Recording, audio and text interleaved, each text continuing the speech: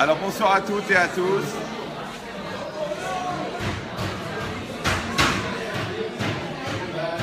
Si vous voulez bien, on va dire quelques mots, les Ilun Nishmata, pour l'élévation de l'âme.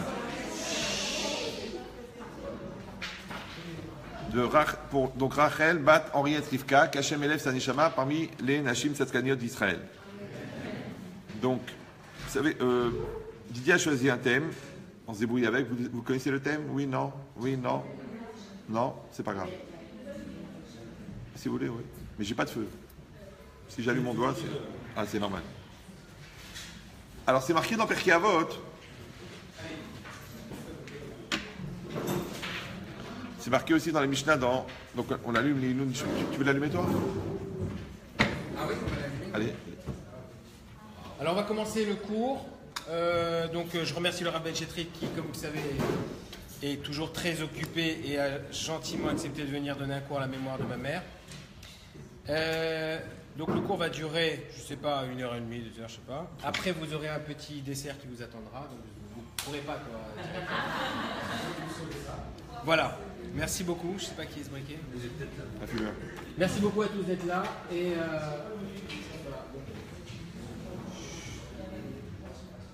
Alors c'est marqué Kol Israël Yeshlem Chelek L'Olam Haba. Tout le monde connaît cette Mishnah, on la répète souvent dans la prière.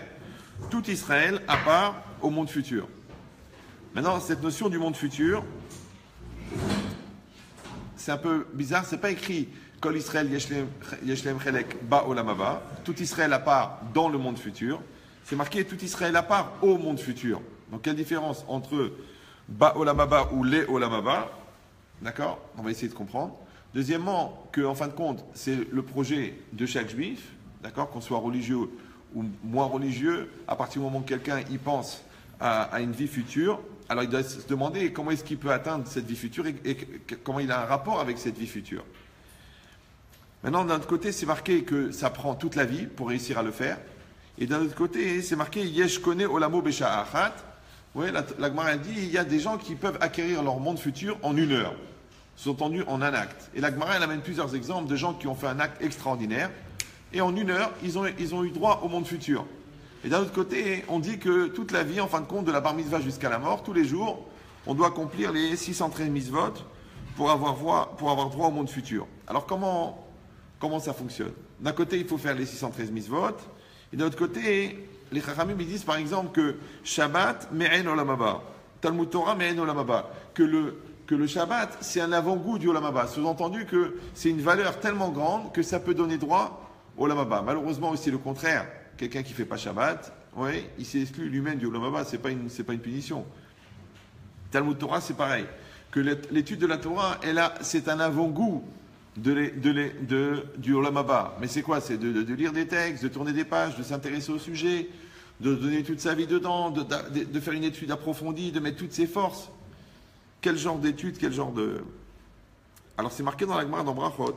Olam haba eno dome l'olam hazeh, ve'en bo lo achila, lo shtia, lo piria verivia, lo sina, lo tacharut. La Gemara dit, le Olam haba, le monde futur, ne ressemble pas à ce monde-ci.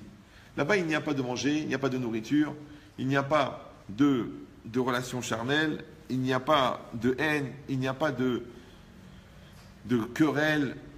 Donc en fait, Olam haba, il n'y a pas toute la partie bestiale de l'humain, toute la partie matérielle de l'humain. Et c'est un petit peu normal.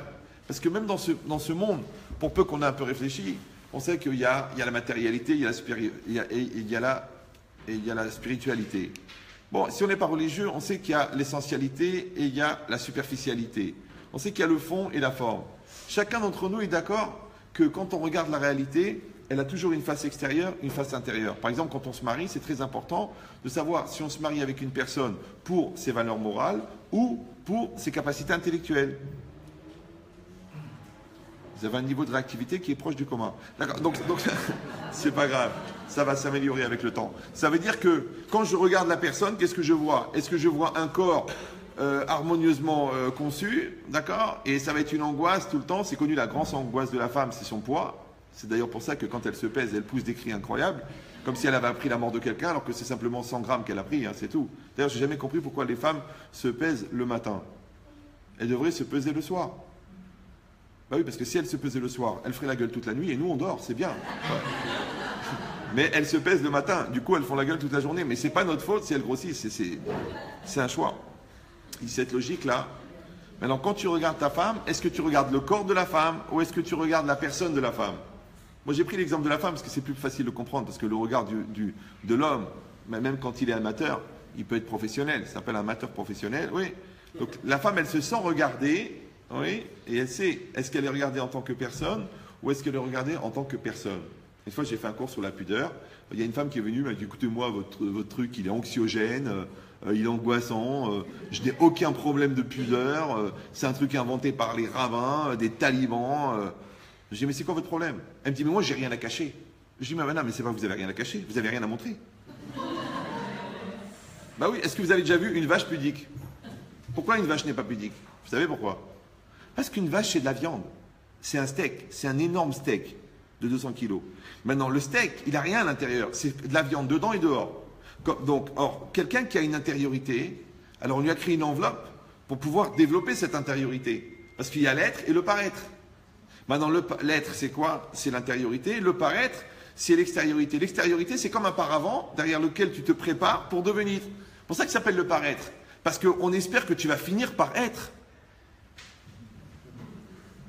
Mais si toute ta vie, tu continues à paraître sans être, d'accord, tu joues un rôle, tu joues un truc, tu fais genre le patron, après tu fais genre que t'es mal, après tu fais genre que t'assumes, après tu fais genre...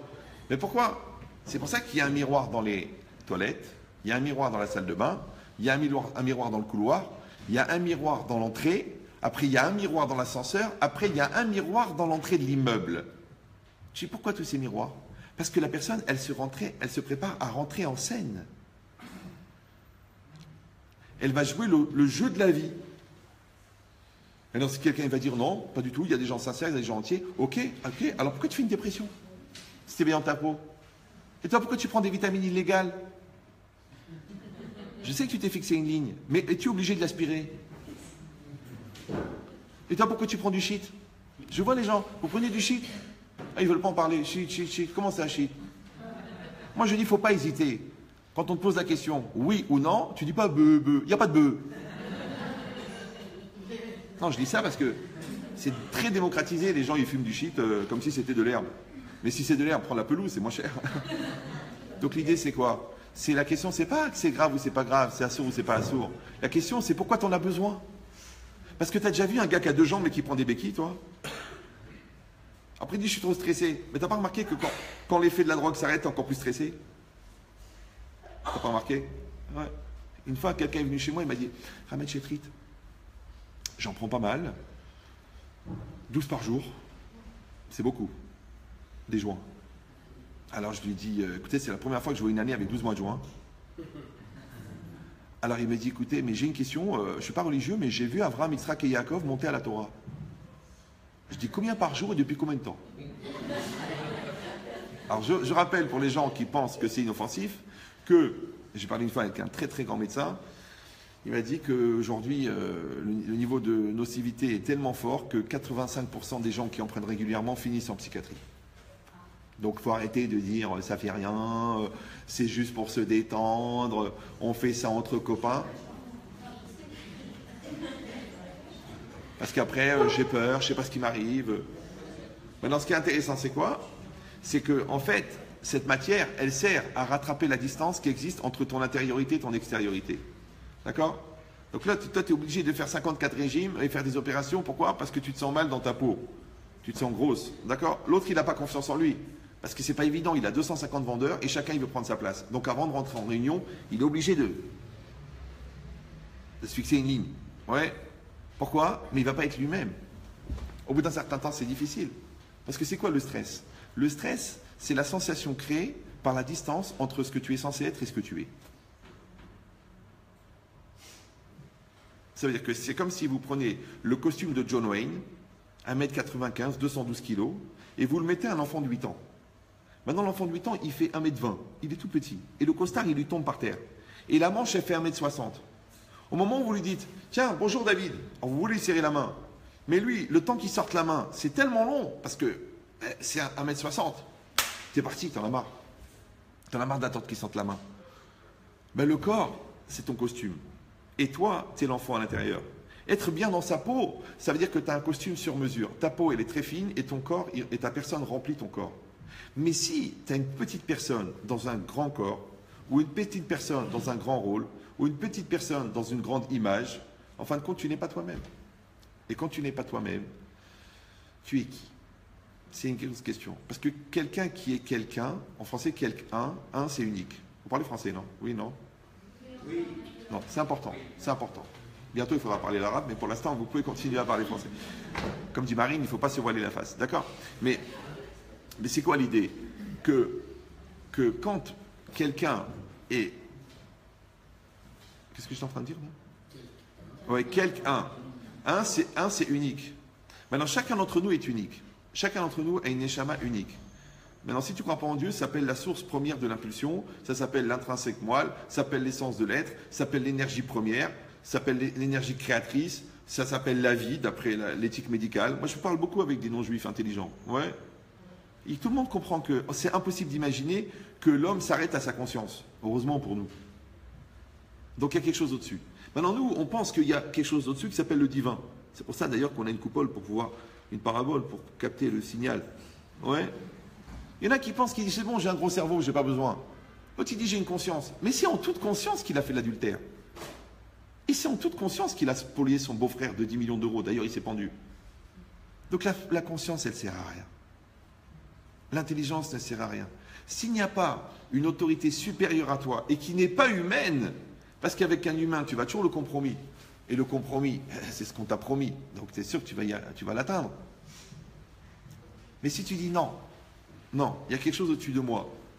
Et il y a quelque chose en dessous de moi. Ce qui est en dessous de toi, c'est la ceinture. Ça s'appelle la partie équatoriale de l'être humain. La partie la plus chaude. Ouais. C'est pour ça que les chassidim, ils mettent une ceinture. Pour séparer le haut du bas quand il prie. Et la partie supérieure, c'est le bon Dieu. Et toi, tu es dans un curseur entre ta partie inférieure, le mal qui est en toi. Quand le ani s'identifie au mal, on appelle en français animal. Animal, ouais. Donc ça veut dire, bien sûr que ça n'a rien à voir. Oh, on n'est pas en train de faire un cours de néologie là. Mais c'est pas grave, au pire j'ai raison. Mais c'est quoi l'idée? Le curseur du bas, c'est le côté animal. Le curseur du haut, c'est le divin. Maintenant, si quelqu'un dit, j'ai pas besoin du divin, je me débrouille très bien sur la religion, j'ai un DUT d'éducation spécialisée, j'ai fait 3 ans de philosophie, et peut-être 10 ans d'analyse et 5 ans de dépression, ouais, ça marche pas. Il y a le meilleur élève de Freud, dont on n'a jamais retrouvé les téphilines, il a dit, dans ses 40 ans de consultation, il a remarqué que les gens qui avaient un fondement religieux fort, malgré le niveau de névrose très fort qu'ils pouvaient atteindre, ne basculaient pas dans la folie. Alors je traduis ça en français. Si vous achetez un ballon, vous savez les ballons qu'ils vendent à Disneyland, là, qui sont gonflés avec un gaz plus léger que l'air, et vous le tenez, l'hélium, d'accord. Je ne sais pas si ce qu'ils vendent c'est de l'hélium, je ne suis pas sûr. Alors, parce que c'est inflammable. Bon, mais disons un gaz comme ça. Maintenant, imaginez, vous avez acheté ce ballon à votre fille, elle est contente, elle a 8 ans, merci papa, merci papa. Vous le tenez. Si elle lâche le ballon, qu'est-ce qui se passe? Mais il s'envole. Quand il monte, jusqu'où il monte? Il monte. Il va monter à 800 mètres, 900 mètres. Bah, c'est les nuages. Il va monter à 10 000 mètres. C'est là où votre Boeing il passe quand vous partez au Canada ouais, ou en Israël. Après, il va monter dans l'atmosphère, le stratosphère. Et là, il n'y a plus d'oxygène. Et la pression elle est énorme. Il va éclater. Maintenant, le monde physique n'est que la représentativité du monde spirituel. Le Zohar, il dit que Hachem, pour expliquer les notions qui sont trop profondes au niveau de la psychologie ou de la spiritualité, il a créé le monde matériel. Donc en fait, le monde matériel, c'est le croquis du monde spirituel. C'est comme si tu comprends pas un concept trop compliqué, alors le gars, il te fait un dessin. Quand il te fait un dessin, c'est pas que ce qui t'exprime, c'est le dessin. Mais ce qui t'exprime, ça te fait comprendre le concept. Ça va? Eh bien, le croquis du monde, le croquis de la Torah, c'est le monde. Le croquis de la spiritualité, c'est le monde. Le croquis de la psychologie, c'est le monde. Par exemple, je vous donne un schéma facile. Vous savez que la vitesse, c'est le rapport entre la matière et le temps. Ça s'appelle kilomètre-heure. Les kilomètres, c'est de la matière, et le temps, c'est le temps qui passe. Maintenant, vous avez remarqué que plus il y a de matière, moins il y a de vitesse. Par exemple, la voiture, elle va moins vite que le train, parce que la voiture, le pneu, il accroche avec le goudron. Donc il y a une adhérence qui est plus forte que le train, c'est du métal avec du métal. Maintenant, le train, il va moins vite que l'avion. Parce que l'adhérence entre l'avion et l'air, elle est moins forte que l'adhérence entre le métal de la roue, du train et le rail. Maintenant, la fusée, elle va plus vite que l'avion. C'est normal, parce qu'il n'y a pas d'air. Donc il n'y a même pas le frottement de l'air. Donc ça veut dire que moins il y a de matière, plus il y a de vitesse. Donc les gens qui sont très matérialistes sont lents. Quand tu prends 6 bouchas, ton cerveau va moins vite. Oui, quand tu as pris un gros repas, par exemple 2 assiettes de dafina et une choucroute, c'est rare qu'on puisse parler d'existentialisme tous les deux. Tu dis, écoute, là, j'ai besoin de digérer, j'ai besoin de tomber dans le coma. C'est normal. Parce qu'on ne peut pas être en haut et en bas. Et c'est normal. Comme dans une relation. On peut avoir une relation superficielle. Bonjour, bonjour, ça va, bien sûr, à demain, bonne journée, ok. Dommage qu'on s'est marié, d'accord. On peut avoir une relation plus forte. Vous voyez comment ça va en ce moment, ça va bien. Tiens, je voudrais te parler, super. On peut avoir une relation plus intérieure. Tu sais, je voudrais vraiment te dire ce que je ressens, c'est très fort pour moi. En ce moment, il se passe des choses, j'ai grandi, j'ai vieilli, mes parents ont vieilli, j'ai un peu peur. Après, je peux aller encore plus loin. Je peux dire, en fait, dans ma relation avec l'essentiel, je ne sais pas où j'en suis, je me pose des questions. D'accord. Maintenant, remarquez bien que dans un effet miroir, plus je vais aller dans mon intériorité, plus la personne, elle va donner de son intériorité. Parce que le miroir, je m'excuse de le dire, mais il ne fait que refléter souvent la personne qui est en face. Je ne sais pas si vous avez déjà fait l'expérience. Non? Vous mettez en face d'un miroir, souvent, c'est prouvé statistiquement, hein. Je ne vais pas essayer de tout prouver, que le reflet ne fait que refléter la personne qui est en face. Ça va? Oui, non? Voilà. Maintenant, faites-moi plaisir.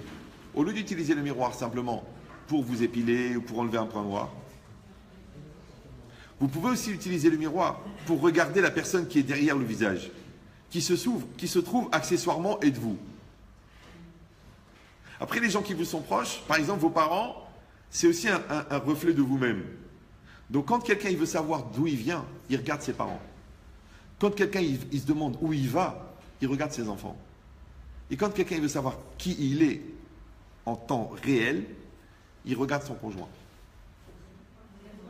Le conjoint, en restant poli bien sûr. Ouais. Le conjoint, c'est la personne qui vit au présent ce que tu es. Tu peux mentir à tes amis, tu peux mentir à Capital parce que tu es le meilleur vendeur de France. Tu peux mentir à ton expert comptable, aux impôts, mais tu ne peux pas mentir à ta femme.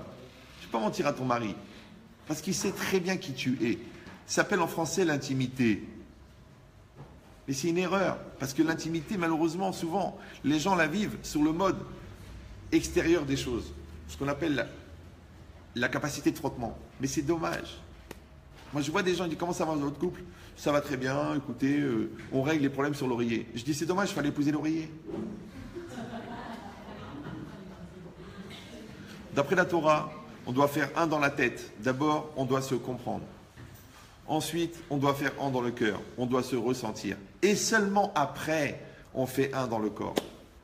Maintenant, le nombre de gens qui ne se parlent pas, et qui ne se ressentent pas, et qui dorment ensemble, heureusement qu'il n'y a pas des statistiques sur ça. En vérité, c'est la différence entre cohabiter et coexister. L'amour, d'après la Torah, c'est la coexistence. Le contraire, c'est la cohabitation. Maintenant, il y a beaucoup de gens qui cohabitent, il y a peu de gens qui coexistent.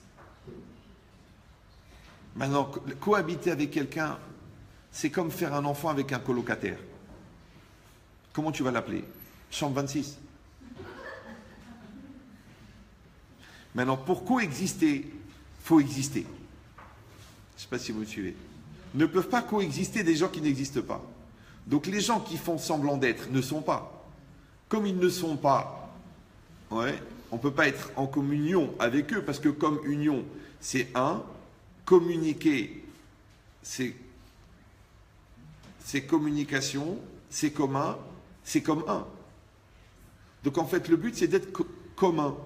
Maintenant, si on ne met rien en commun, on ne peut pas se plaindre de ne plus avoir rien en commun, puisqu'on n'a rien en commun. Maintenant, peut-être en comme deux, peut-être en comme trois. Mais en comme un, on a en comme un que ce qu'on a mis en commun. Maintenant, les gens, ils ne veulent pas prendre le risque de la communion et après, ils sont déçus de la distance. C'est un phénomène bizarre. Par exemple, les gens, ils se marient, c'est les paradoxes de la vie. Les gens, ils se marient, je dis, pourquoi tu te maries avec elle? Parce qu'elle était différente. Ok, pourquoi tu veux divorcer? Parce qu'on est trop différents. Ah, je ne comprends plus. Alors, la différence, ça rapproche ou ça sépare? Alors, je vous donne le secret. Comme ça, vous allez gagner du temps, au moins 20 ans de yeshiva et 32 ans de thérapie. C'est que, en fait, la différence, c'est comme les pierres. Tu peux t'en servir pour faire un mur ou tu peux t'en servir pour faire un pont. Maintenant, si tu utilises la différence, ça rapproche. Mais si tu subis la différence, ça sépare. Maintenant, on est tous différents. Mon nom personnel que tu préfères, c'est je et moi, d'accord? Que tu commences toutes tes phrases par moi, on dirait que tu as envie de devenir président. Moi président, moi président. Bon, c'est fini, on va pas en faire un fromage, mais quand même, ouais. Mais c'est quoi l'idée? L'idée, c'est que quand toi, tu ne te donnes pas les moyens d'être toi-même, c'est-à-dire de te réaliser à l'extérieur, comment veux-tu que l'autre en face rencontre la personne que tu es, puisque toi-même, tu n'es pas ce que tu es censé être? Voilà, je m'excuse pour les gens qui ont mangé avant de venir. Mais c'est ça l'idée. Maintenant, le projet de la vie, c'est d'exister. J'ai écrit un livre de 405 pages sur une phrase du Maharal de Prague. Peut-être il y en a parmi vous qui l'ont lu. Non? C'est dommage, il y a beaucoup de goïms qui l'ont lu. Bon, si Dieu veut, ça va venir après la conversion. Ouais. Mais c'est quoi l'idée? C'est que toute la vie, c'est passer du potentiel au réel. En français, on appelle ça se réaliser. Maintenant, se réaliser, c'est dans la réalité. La réalité à l'extérieur. Maintenant, l'intérieur, ça s'appelle le potentiel. Maintenant, passer du potentiel au réel, ça s'appelle exister. Exister, c'est extérieur, ister, être à l'extérieur. Maintenant, quand je n'existe pas, je suis, mais je n'existe pas.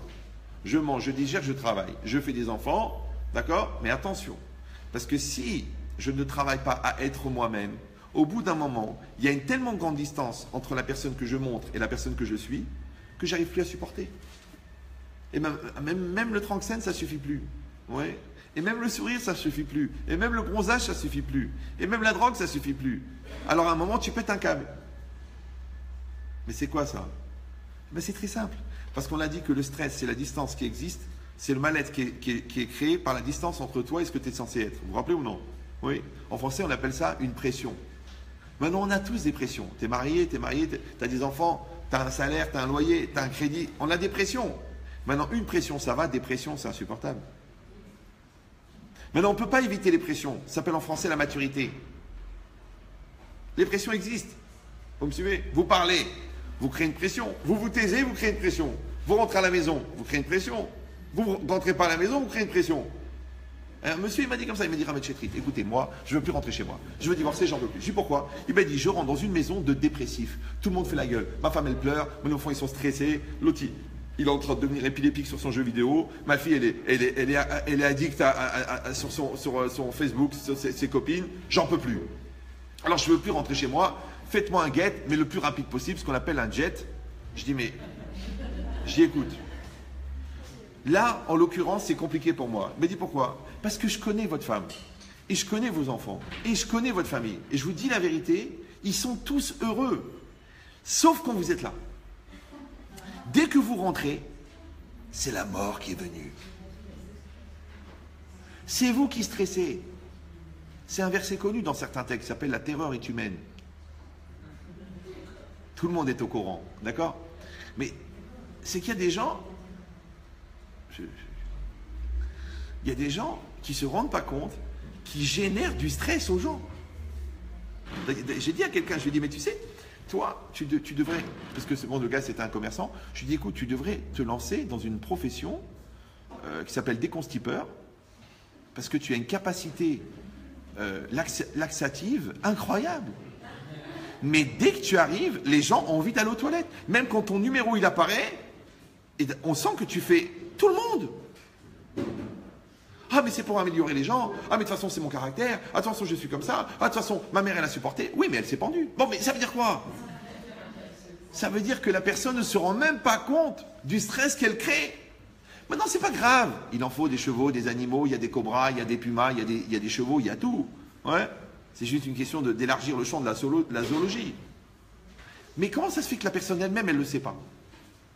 Je vous donne le secret. C'est pour ça qu'on a créé le miroir. Le miroir, c'est pour se regarder dedans. Maintenant, des fois, tu as un miroir qui est en face de toi, il te renvoie une image. Mais quand tu vois la tronche de ta femme, tu n'as pas compris qui tu es. Et je lui ai dit à ce gars-là, je dis, toi, tu te plains que tu as une famille dépressive. Je dis, je te jure sur la Torah, essaye de venir quand tu n'es pas là. Mais ta femme, elle chante en faisant la vaisselle. Ton fils, il chantonne en faisant, il étudie la Guémara. Ta fille, elle danse dans le couloir. Et tu rentres, c'est la Ramma. Mais la Ramma, tu devrais créer un magasin. Bon, il existe déjà, il s'appelle Castorama. D'accord? Mais, ou un magazine, Télé Ramma. C'est pas possible. Tu génères de la Ramma. Un ta tombe, c'est une pierre tombale, il y a marqué si j'ai la joie dessus. Alors, c'est pour ça que c'est marqué dans le langage des Chachamim. Oui.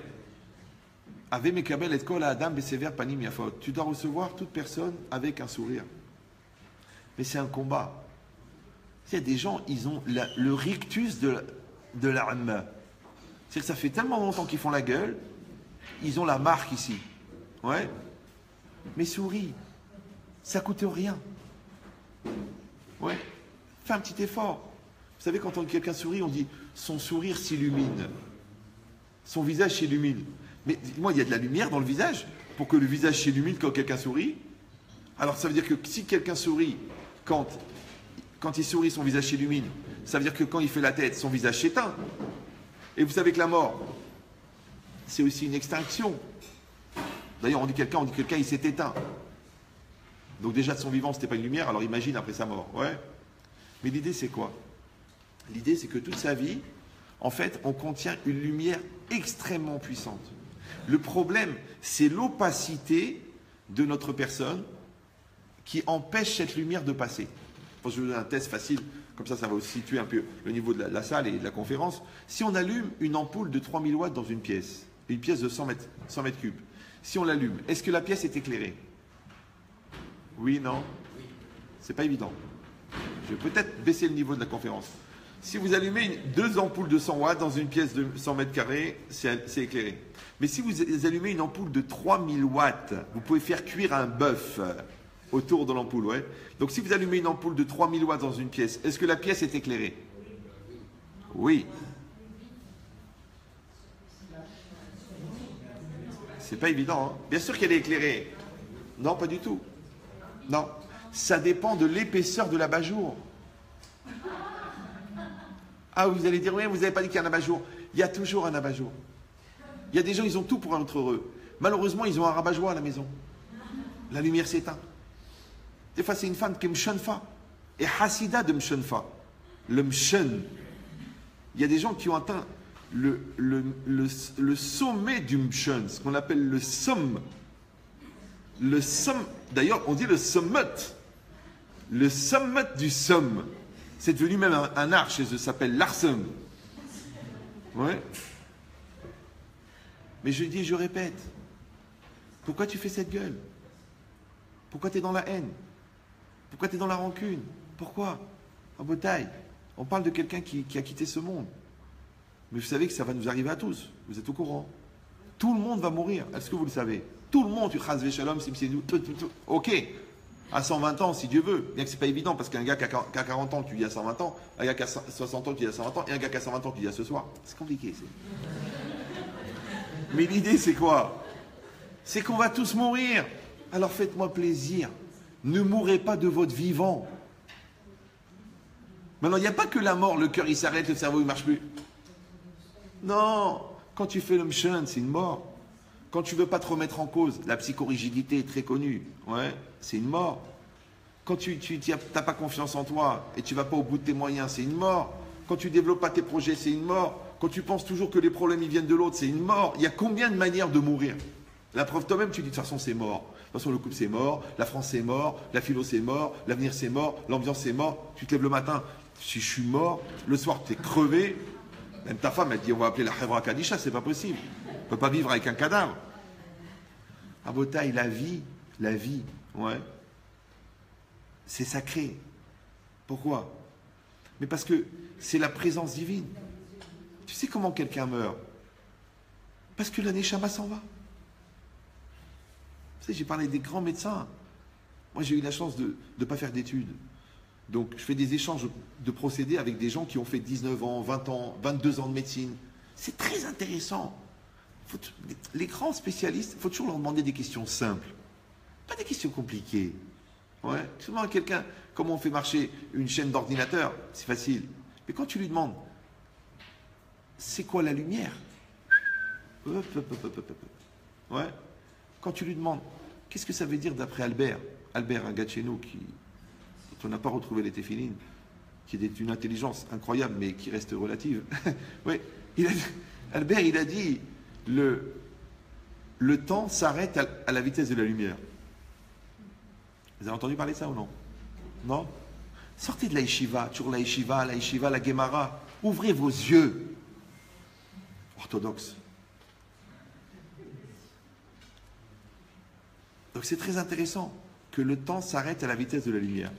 En réalité, ça fait de la peine pour Albert, parce que le Maharal de Prague l'avait déjà dit. Il a dit Atsura et Natahatazman. Mais bon, après le temps d'étudier la Torah, a été occupé. D'accord? Et bien c'est pareil. Quand vous demandez à un médecin c'est quoi la vie, vous savez, au niveau de la structure atomique des choses, tout est fait d'atomes. D'accord? Il y a un très bon livre non juif que vous pouvez lire qui s'appelle L'univers existe-t-il? Vous l'avez lu ou non? C'est un petit feuillet, vous pouvez le lire aux toilettes, ça peut aider d'ailleurs. Ouais. Et bien là-bas il explique que si tu reprends la nature au niveau atomique, il n'y a que des atomes et de l'énergie. Et même dans l'atome, il y a encore de l'énergie. Et encore de l'énergie, encore de l'énergie. D'ailleurs, vous savez qu'il y a 99% de la matière, c'est du vide. Tout, c'est que de l'énergie. Donc, en vérité, il n'y a rien devant vous, il n'y a que de l'énergie. Ah, maintenant, tu dis, mais je vois une matière. Mais non, tu ne vois pas la matière. Tu vois un cumul, une densité d'atomes. Après, la couleur, c'est une longueur d'onde. Après, le toucher, c'est rien. C'est une densité différente par rapport au métal ou par rapport à l'eau. Ouais. Donc, en vérité, il n'y a rien. Maintenant, eux, ils appellent ça la perception relative à la conscience. Et nous, on appelle ça Alma des Shikra, un monde de mensonges. Maintenant, il ne faut pas avoir peur que c'est ça la réalité. Maintenant, le fait que la réalité soit rien, d'un côté, ça peut faire peur. D'un autre côté, le fait que la réalité soit rien, c'est extraordinaire parce que tu peux la changer. Parce que plus que la réalité est en fusion permanente. Donc, quelqu'un qui a une conviction très forte, il peut réunir des énergies, et là où il y avait un terrain vague, il fait un supermarché, parce qu'il y croyait. Alors, c'est quoi la croyance? La croyance, c'est la capacité à réunir les particules éparpillées pour en faire un objet fini. C'est ça la croyance. Maintenant, quand tu crois dans ton couple, il existe. Quand tu crois à tes enfants, ils se développent. Mais quand tu n'as pas confiance en eux, ben c'est parce que tu n'as pas confiance en toi, tu n'as pas compris encore. Ça veut dire que la réalité qui est devant moi, c'est la réalité que je crée. Alors, je vous donne une phrase pour les gens qui prennent des notes. Le concret, c'est ce qu'on croit. C'est un jeu de mots. Le concret, c'est ce qu'on croit. Ouais. Non, excusez-moi. Le concret, c'est ce qu'on crée. Et ce qu'on crée, c'est ce qu'on croit.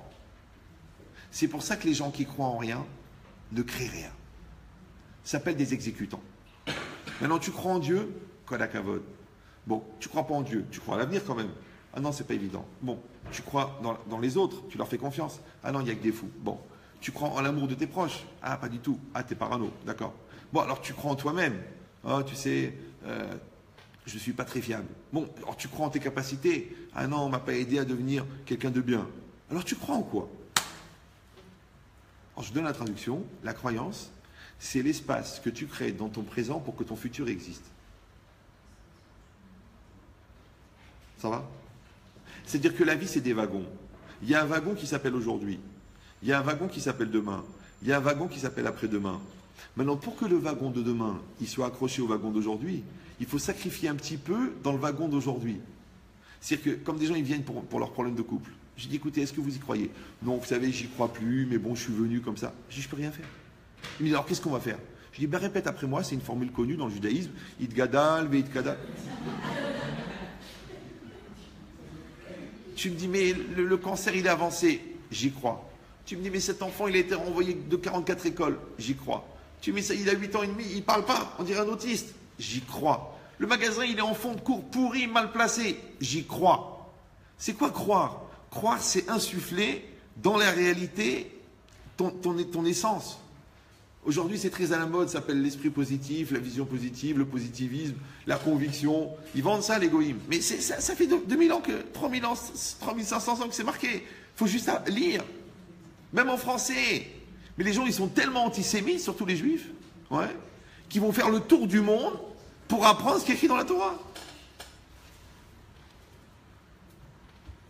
Moi, je fais des conférences à des non-juifs, une fois par an. Regardez-les sur Internet, c'est les plus vus.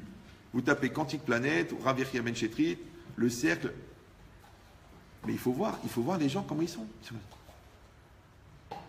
Il y a 1200 personnes au Palais des Congrès de Reims.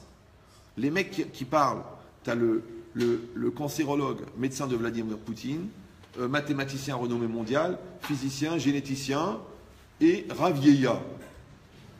Les pauvres, ils croient que je m'appelle Rav. Bonjour, monsieur Rav. Je dis rien. Maintenant, je parle pendant 1h30. La salle, je ne te dis pas la concentration, tu n'entends que les ordinateurs. Tu finis le cours, il y a 450 personnes qui attendent pour dire félicitations. J'ai sauvé mon couple en faisant le Pâques Shalom Bayit, mais le goy. Hein. J'éduque mes enfants selon vos préceptes. Vous m'avez accompagné pendant mon cancer. Je pense que vous êtes à 90% ma guérison. La queue. C'est tellement facile avec les non-juifs. La vérité, je comprends Jésus. Pour ça qu'il a changé de public. En fait, il a fait une croix sur son judaïsme. Bon, on ne va pas s'apesantir. C'est une histoire qui ne vaut pas un clou. Mais l'idée, c'est quoi? C'est que la première fois que j'ai fait ce cours, j'ai appelé ma femme. J'étais à Reims. Vous connaissez Reims? Reims, on dirait qu'ils ont rincé le judaïsme. Il n'y a plus rien. Tu arrives, pas tous, mais presque. J'ai fait le cours. J'ai vu ces gens-là qui sont levés pour faire standing ovation. J'étais choqué. J'ai appelé ma femme dans le TGV. Je lui ai dit, chérie, j'ai passé 1h30 à enseigner à des non-juifs. Ils étaient fous, les gens. Ils pleuraient. La lumière. Mais j'ai failli mettre mes bras en croix. Non, c'est une sens. Surtout qu'il y avait un phare derrière moi. Ils vont dire, Yechia superstar. J'ai eu peur. Non, c'est arrivé une fois, on n'a eu que des problèmes. Mais j'ai dit à ma femme, tu te rends compte? J'ai étudié 25 ans, 30 ans. Ça fait 25 ans que j'enseigne. J'ai fait plus de 5000 conférences. Il y a plus de 100 000 élèves.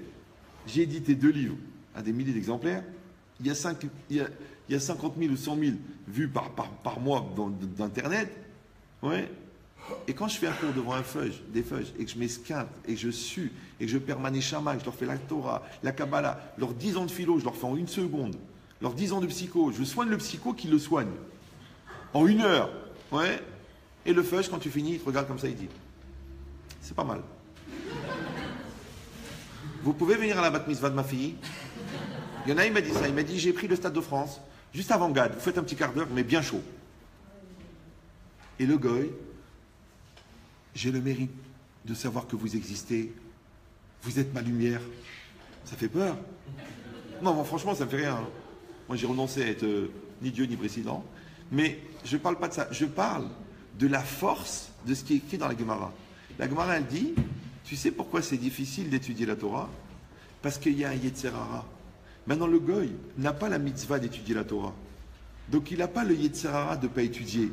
Donc, il voit la lumière sans filtre. Mais le feuge, il a un Yetzer Hara, une marque, s'appelle Sacom, très connue. Puissant, fort. Oui, il veut rien savoir. Laisse-moi tranquille de la Torah, ça me saoule, ça me prend la tête. Après, tu vas me dire Shabbat, Kashrut, Nida.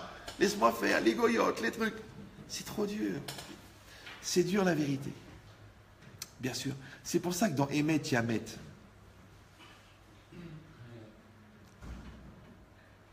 ça tue la vérité. La question, c'est est-ce que tu es prêt à mourir? Mais on ne parle pas de la mort, que tu tues une balle dans la tête ou que tu te fais exploser dans un endroit pour être accueilli par 72 hôtesses d'accueil. Hôtesses d'accueil. Moi, toujours, je me disais, pourquoi ils pensent qu'ils sont accueillis par plusieurs personnes? Bon, parce qu'ils savent qu'ils arrivent en morceaux. Mais c'est quoi l'idée? Restez calme. L'idée, c'est que la vie, elle est compliquée. Et l'homme, il n'est pas simple. Alors pourquoi tu voudrais que la Torah elle soit simple? Maintenant, si la Torah c'est le mode d'emploi, alors c'est adapté à un homme qui est compliqué. C'est pour ça que Adam et Méhod, c'est les mêmes lettres. Parce qu'en vérité, l'homme, il est énorme. L'homme, il est énorme. L'homme, il peut faire Hitler, il peut faire Moshe Rabbeinu. Tu te rends compte? Tu te rends compte l'échantillonnage? Tu te rends compte l'horizon des potentialités? C'est la folie.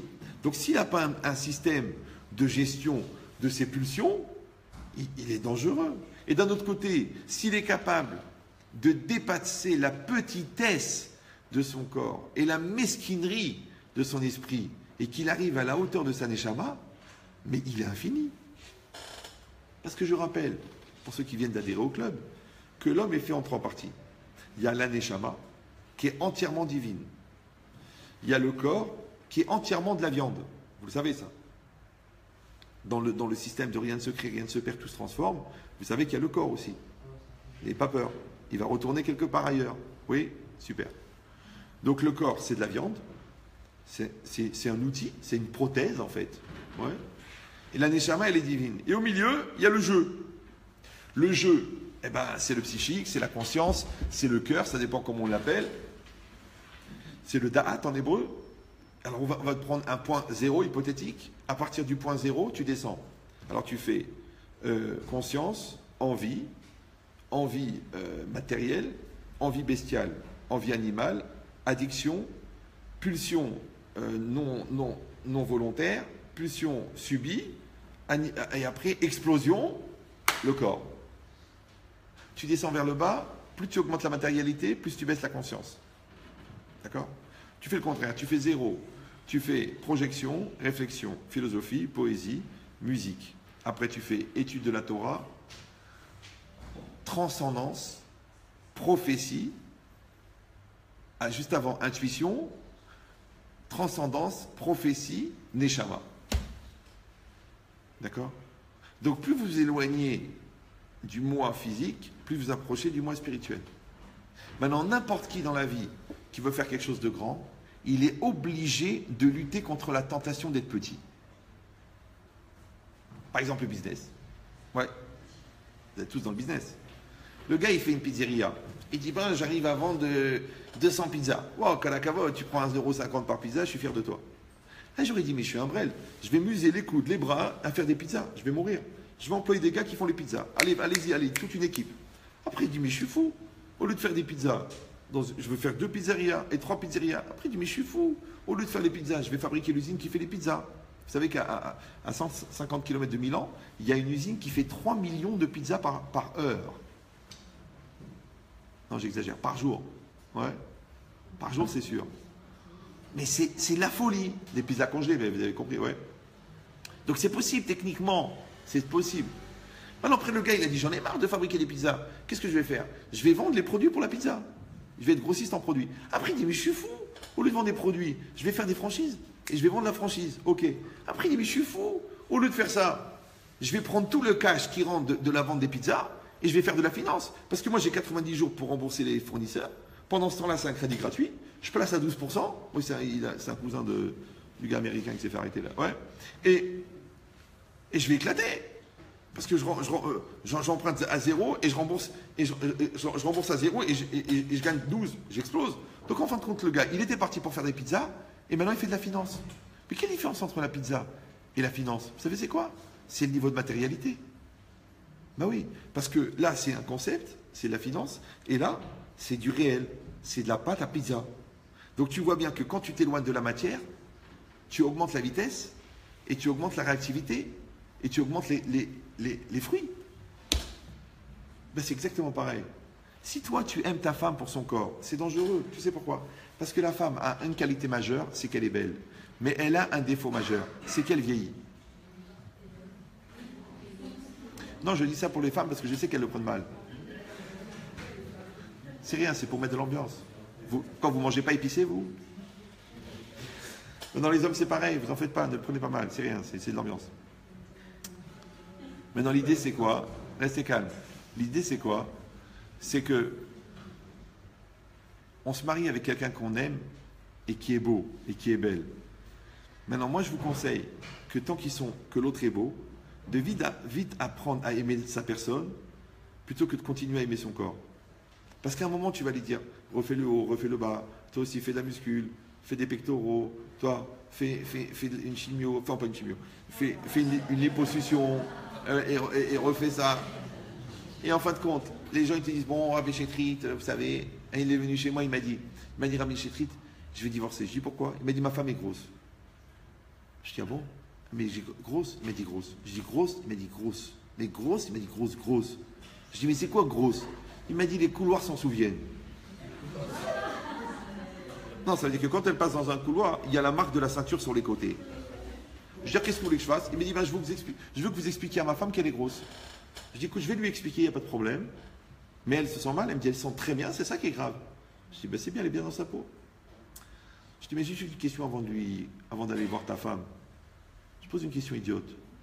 Comment tu sais qu'elle est grosse? Il m'a dit, mais enfin, Rav, je veux dire, c'est évident. Ah bon? Tu sais ce qu'ils disent, les goïms? Les goïms, ils disent, l'amour s'arrête quand la comparaison commence. Alors, qui t'a été voir pour trouver que ta femme, elle est grosse? C'est comme si tu dis, ma mère n'est pas sensuelle. Mais c'est ta mère. Eh bien, elle, c'est la mère de tes enfants. Maintenant, si tu avais profité de la jeunesse pour apprendre à apprécier sa personne, le jour où son corps aurait changé entre-temps, tu aurais apprécié la personne qu'elle est. Mais comme toi, tu l'as toujours considérée comme personne, au lieu de la considérer comme une personne, et que personne, c'est personne, donc maintenant, tu as du mal à apprécier sa personne, puisque pour toi, elle a toujours été personne. Et c'est ça le problème. Ou le contraire, c'est pareil. Moi, quelqu'un me dit, mon mari, c'est un pauvre type, mon mari, c'est un nul, mon mari, c'est un débile, mon mari, c'est un ramassis des zéros. Alors qu'est-ce que je dois faire pour retrouver les sentiments? Mais on ne peut pas aimer quelqu'un qu'on n'admire pas. Et on ne peut pas admirer quelqu'un qu'on ne respecte pas. Donc c'est quoi la logique? Tu commences par ne plus respecter la personne. Un jour, tu l'admires plus, et un jour, tu l'aimes plus. Après, tu viens, tu mens, tu dis, oui, les sentiments ne sont plus là, j'ai évolué, j'ai un autre regard sur les choses. T'es un menteur, t'es une menteuse. Vous voulez la vérité? Ça vous dérange pas d'écouter la vérité ou non? Vous avez bien compris qu'on n'est pas en train de faire un cours. En fait, c'est une thérapie de groupe. C'est pas grave. Quelle est la différence entre une chénifie et un ventilateur? Non? Ça vous dit rien? Ben, c'est très simple. Parce que la chénifie, quand on enlève la prise, la musique, elle s'arrête tout de suite. Tu enlèves la prise, tac, ça s'arrête. Mais le ventilateur, quand on enlève la prise, il continue à tourner. Il y a des couples, ça fait longtemps que le courant ne passe plus, parce qu'ils ont enlevé la prise. Mais de l'extérieur, tu ne peux pas savoir, parce qu'ils continuent à sourire, continuent à sortir. Il y en a même qui font des enfants. Alors moi, je dis, ne débranchez jamais la prise. Sinon, vous allez péter les plombs. Et vous allez vous plaindre que le courant ne passe plus entre vous. Mais tu n'as pas compris que le courant, c'est ce que tu mets, c'est pas ce que tu reçois. Tu t'investis pour ta femme, tu vas l'aimer de plus en plus. Tu investis pour ton mari, tu vas l'aimer de plus en plus. Mais si dans une logique de consommateur, et dans consommateur, il y a sommateur, sans sommation, eh ben les gens ils consomment, et puis un jour ils disent, attends, je ne vais pas manger la même pizza toute ma vie quand même. Alors ils essaient de goûter une autre pizza. Et ils vont sur leur alenou.com, ils essayent de trouver quelqu'un. Mais JH2, c'est une formule, ça veut dire jeune hamar au carré. Mais cette femme-là, ce mari-là, c'est pas seulement un corps, c'est une personne, c'est du temps, c'est des sacrifices, c'est de la complicité, c'est de la communion. Elle prie pour toi, tu pries pour elle, elle croit en toi, mais tu te rends compte ce que c'est? Mais chas veshalom lo alenu simsilenu, qu'elle te quitte ou que tu la quittes. Mais c'est la mort. Mais c'est vrai que si tu es un consommateur, qui c'est qui s'intéresse au verre qu'il a utilisé après qu'il a bu dedans? Il le jette. Alors il y en a qui le jettent au bout de 5 minutes, il y en a qui sont attachés, c'est une certaine vigne du Maroc qu'on ne va pas citer, donc ils vont garder le verre pendant 10 ans, ou la 30 ans, ou la 40 ans, parce que tu dis haram de jeter. Il y a un gars de cette ville là-bas, il est en train de mourir sur son lit de mort, comme ça en train de mourir. Et il sentit une bonne odeur. Il a dit à son fils, c'est quoi cette odeur? Il a dit, maman, elle est en train de faire des gâteaux. Il a dit, je t'en prie, dis à maman qu'elle me donne un gâteau, comme ça je meurs avec une douceur dans la bouche. Il a été à la cuisine, il est revenu. Il n'y a pas de gâteau. Il a dit, mon fils, où est le gâteau? Maman, elle a dit, il n'y en a pas. Elle a dit, pourquoi? Elle a dit, c'est pour les shivra. C'est pour les 7 jours. Bon, en général, on dit la Easter, mais bon, J'ai besoin des blagues pour savoir si vous suivez, parce qu'il y a des gens qui arrivent à dormir avec les yeux ouverts. C'est déroutant. Si vous rigolez, vous êtes là. Si vous rigolez pas, je sais que vous dormez par respect. Vous dites, bon, on va pas se lever, c'est normal. On prie pour qu'il s'étouffe, mais bon, c'est pas évident.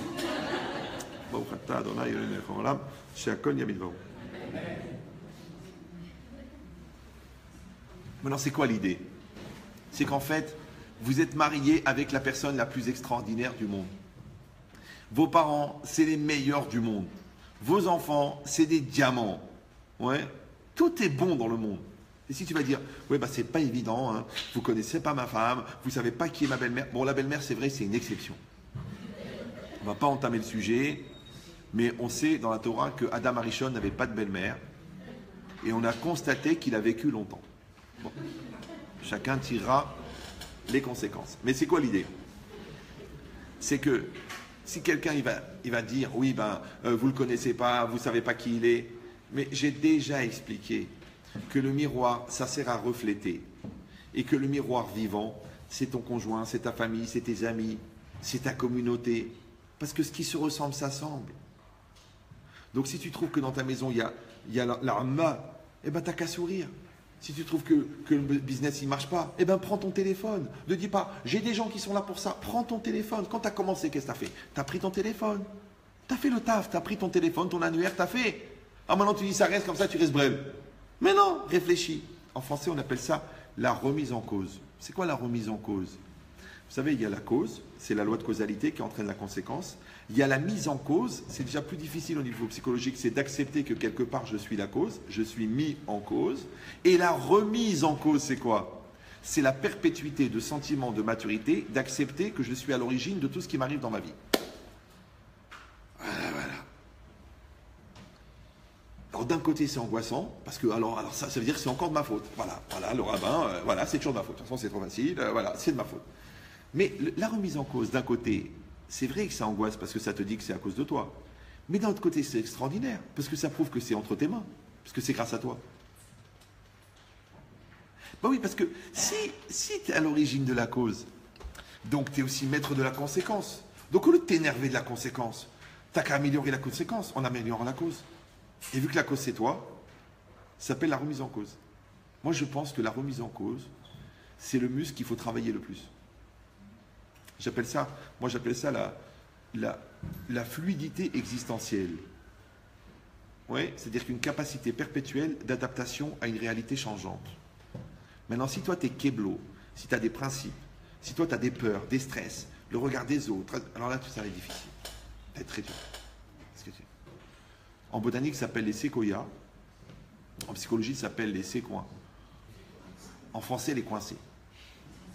On sent qu'ils ont emballé quelque part, mais on n'arrive pas à définir vraiment où. Mais c'est dommage. La vie est trop courte. D'accord? Ton fils, il te dit, je vais faire ça. Tu t'assois avec lui, tu parles. D'accord? Ta femme, elle te dit, je veux trouver du travail. Tu lui dis pas, chez nous, les femmes, elles ne travaillent pas. C'est normal. D'accord? Il faut t'adapter. C'est comme ça. Moi, je vois des gens, ils viennent, ils me disent, mes enfants me manquent de respect.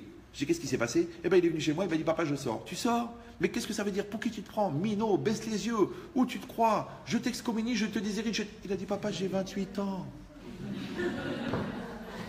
Et ouais, déjà. C'est ça le miroir.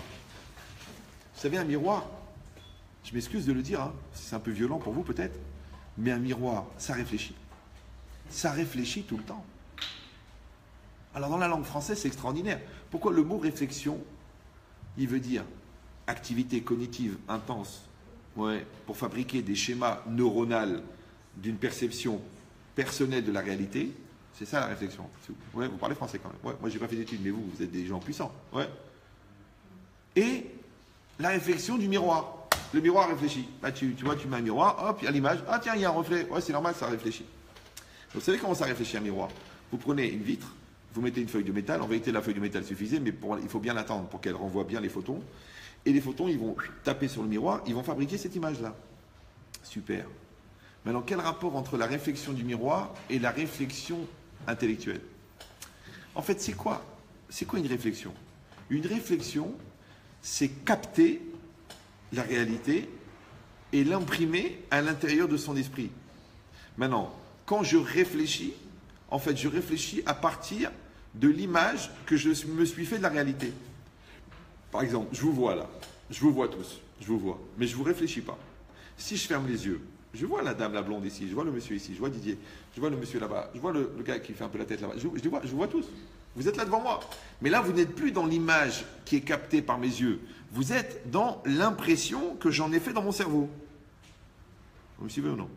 Maintenant, vous allez dire, de toute façon, qu'est-ce que ça change de vivre en voyant ou de vivre en réfléchissant? C'est pareil, non? Oui, non, oui, non. Non, ça n'a aucun rapport. Parce que quand tu réfléchis, ça veut dire que la chose, elle fait partie de toi maintenant. Maintenant, il y a beaucoup de gens qui voient sans voir. C'est comme tu vois quelqu'un et tu n'as pas fait gaffe. Maintenant, des fois, tu ne vois pas quelqu'un arriver, c'est pas très grave. Mais quand tu ne vois pas tes enfants grandir, c'est très grave. Quand tu ne vois pas ta femme évoluer, c'est très grave. Quand tu ne vois pas que ton business il part en sucette, parce que tu confonds la recette et les bénéfices, ouais, c'est très grave. Mais tu sais pourquoi? Parce que tu n'as pas réfléchi. C'est quoi réfléchi? Tu n'as pas fait un aller-retour entre ta réalité et ta réalité pensée. La réalité perçue, la réalité pensée, la réalité perçue, la réalité pensée. Mais quand tu fais un aller-retour, par exemple, entre la réalité perçue de ton fils et la réalité connue de ton fils, tu dis, tiens, comment ça se fait que je suis choqué? Parce qu'il a grandi. Ah! Maintenant, si tu fais des allers-retours les jours, des allers-retours, tu le vois grandir. Mais si tu ne fais pas des allers-retours, un jour tu es choqué. Alors tu sais pourquoi tu t'énerves? Pourquoi tu lui parles comme un gamin? Parce que Béhémet, pour toi, c'est un gamin. Puisque depuis l'âge de 8 ans, tu n'as pas réfléchi. Ah, tu l'as côtoyé, tu l'as vécu, tu l'as nourri, tu as payé l'école, bien sûr, tu l'as engueulé, tu l'as truqué, on t'a dit, fais attention, ça va convoquer. Tu l'as fait, c'est un robot, comme de la bouteille, je la prends, je la mets là. Ah, elle dérange, je la mets là. Ah, après il revient, il écoute Jamila, c'est normal, d'accord. Donc en fait, j'ai juste déplacé les choses. Mais l'autre, c'est pas un objet, c'est une personne. Ça, c'est un des défauts majeurs des enfants, c'est qu'ils évoluent. Oui, pas comme tout le monde, faut pas dire ça. Elle va et que tout le monde évolue. Ouais. Mais l'enfant, en évoluant, plus il évolue, plus il lui ressemble. Ça s'appelle l'héritage génétique. Et quand il y a de la gêne, il n'y a pas de plaisir. C'est que toi, tu sais que l'enfant, il te ressemble. Des fois, c'est très bizarre parce que le père, il est petit, chauve et gros, et l'enfant, il est grand, 1m95, truc, et tout le monde lui dit tu es le fils d'un tel, tu es le fils d'un tel. Tu dis, mais attends, mais comment les gens, ils savent quel rapport? On ne se ressemble pas du tout. Alors, je vais te dire une chose. Ça s'appelle une signature. Il y a une signature sonore, il y a une signature physique, il y a une signature spirituelle, il y a une signature émotionnelle. Quand tu rentres quelque part, ta signature, elle arrive. C'est pour ça que quand vous êtes avec quelqu'un de nerveux, dans l'ascenseur, vous devenez nerveux. Et quand vous êtes avec quelqu'un de serein, vous vous détendez. Mais dans ce que vous voyez, c'est 5%, mais les 95%, vous ne les voyez pas. Où ils sont? À l'intérieur. Maintenant, il y a des gens qui ont une capacité à projeter leur intériorité dans la réalité. Ça s'appelle en français des gens qui existent. Il y a des gens qui n'arrivent pas à projeter leur intériorité dans la réalité. Donc ce sont des gens qui n'existent pas. Mais ils sont là. Ils mangent, ils dorment, ils vont au travail. Ça s'appelle la nuit des morts vivants, ou le métro parisien, c'est comme vous voulez. Oui. Mais quand la personne, elle va exister, il faut savoir que l'existence, c'est la personnalité qui est projetée et véhiculée par l'énergie première de l'âme. Et comme l'énergie première de l'âme est infinie, donc l'homme est infini. Maintenant, l'homme est infini s'il n'a pas pollué cette énergie avec sa petitesse mesquine et avec sa matérialité. Vous avez compris maintenant? Si les lentilles, elles sont pures, alors elles sont translucides, donc la lumière, elle est 100% retransmise. Mais si les lentilles sont opaques, il y a une déperdition de lumière. Donc comment c'est possible qu'à l'intérieur, tu as 30 millions de kilowatts et à l'extérieur, tu arrives à 0,02 ampères? Alors je rappelle, pour ceux qui n'ont pas fait d'études sur l'électricité, que 0,02 ampères, c'est l'énergie nécessaire pour allumer le bouton power. C'est quand vous allumez une chaîne IFI, il y a un voyant lumineux. Ouais, quand vous allumez une machine à laver, c'est 0,02 ampères. C'est rien, c'est rien. Ouais. Alors comment c'est possible que le gars à l'intérieur, tu sens qu'il a 30 000 watts, il a un potentiel, il a une ambition, il a une volonté, et à l'extérieur, il arrive à... Un mec qui rate le bac, il rate le permis, il rate l'ambiance, il rate le rendez-vous, il rate le métro. C'est pas possible. Tu sais pourquoi? Parce qu'il y a trop de déperdition au milieu. Parce que tu n'as pas créé les relais. Les relais, respect de soi, confiance en soi, connaissance, croyance en Dieu, investissement. Maîtrise de son corps, maîtrise du temps, maîtrise de ses peurs, maîtrise de sa lourdeur, maîtrise de sa négligence. Si tu as créé les relais entre ton être intérieur et ton être extérieur, ce qu'on appelle un tzaddik, alors l'énergie intérieure, elle arrive à l'extérieur avec la même intensité. Est-ce que tu peux dire non à une neshama? Ça s'appelle En davar omed bifnei haratzon. Il n'y a rien qui tient devant la volonté. Mais c'est valable pour quelqu'un qui a une volonté. C'est vrai, non? L'autre jour, j'étais dans l'avion avec un gars. Le mec, je ne sais plus ce qu'il était, kurde ou je ne sais pas quoi. Il parlait bien français. Il m'a dit, je suis arrivé en France il y a 15 ans. J'avais rien. J'avais même pas de papier. J'ai été dans les chantiers, j'ai commencé à faire maçon. Après j'ai été maçon, j'ai vu que je gagnais 200 euros. J'ai dit, tiens, j'ai trouvé un petit truc. J'ai emprunté 20 000 euros à un copain. J'ai pris une maison, je l'ai retapé, j'ai fait 3 appartements. Après j'ai vu que j'étais doué. Et j'ai dit, ben tiens, je vais en faire 8 ou 9. Et maintenant, je construis des écoles. Maintenant, j'ai mes papiers, je suis entrepreneur. Et maintenant, je prends tellement d'argent. Le mec, il est en Picardie. Ouais. Il a dit, j'ai à peu près 250 appartements. Mais maintenant, l'argent, ça ne m'intéresse plus. Je vais retourner dans mon pays pour m'inscrire aux élections régionales, pour aider mon peuple, parce que maintenant, j'ai vu que j'ai des capacités. J'ai dit, le mec, en 15 ans, regarde ce qu'il a fait. L'autre, ça fait 15 ans. Ouais, de toute façon, le système, il est pourri. De toute façon, le bac, c'est trop dur. De toute façon, au dentaire, j'ai laissé tomber. De toute façon, le droit, j'ai pris à gauche. De toute façon, moi, je suis un artiste. Il n'a rien foutu. Rien de rien. Glandeur finie. Flemmard, fossilisé. C'est quand même bizarre que le mec, il parle même pas la langue. En 15 ans, il a fait ça. Et l'autre, il avait tout pour réussir. Mais seulement, il avait une perruque dans la main. Maintenant, tu crois que la flemme, c'est la flemme physique? Tu crois que c'est la flemme mentale? C'est les gens qui te disent, j'ai pas la tête, j'ai pas les nerfs de réfléchir. Rabotaï, je rappelle que le cerveau n'est pas un muscle. Donc le cerveau ne peut pas avoir le ressenti de la fatigue qui est un cumul de toxines développé dans un muscle qui n'est pas utilisé. Puisque c'est pas un muscle. Donc ça veut rien dire d'être fatigué du cerveau. Les gars, ils ont dit, j'ai plus la force de parler. Depuis quand ça fatigue de parler? L'autre dit, j'ai même pas la force de me lever. Mais c'est quoi? C'est le matelas qui est profond? Ou c'est toi qui manques de motivation? En vérité, le secret, ça s'appelle la flemme d'exister. Si vous ne croyez pas, regardez par la correspondance.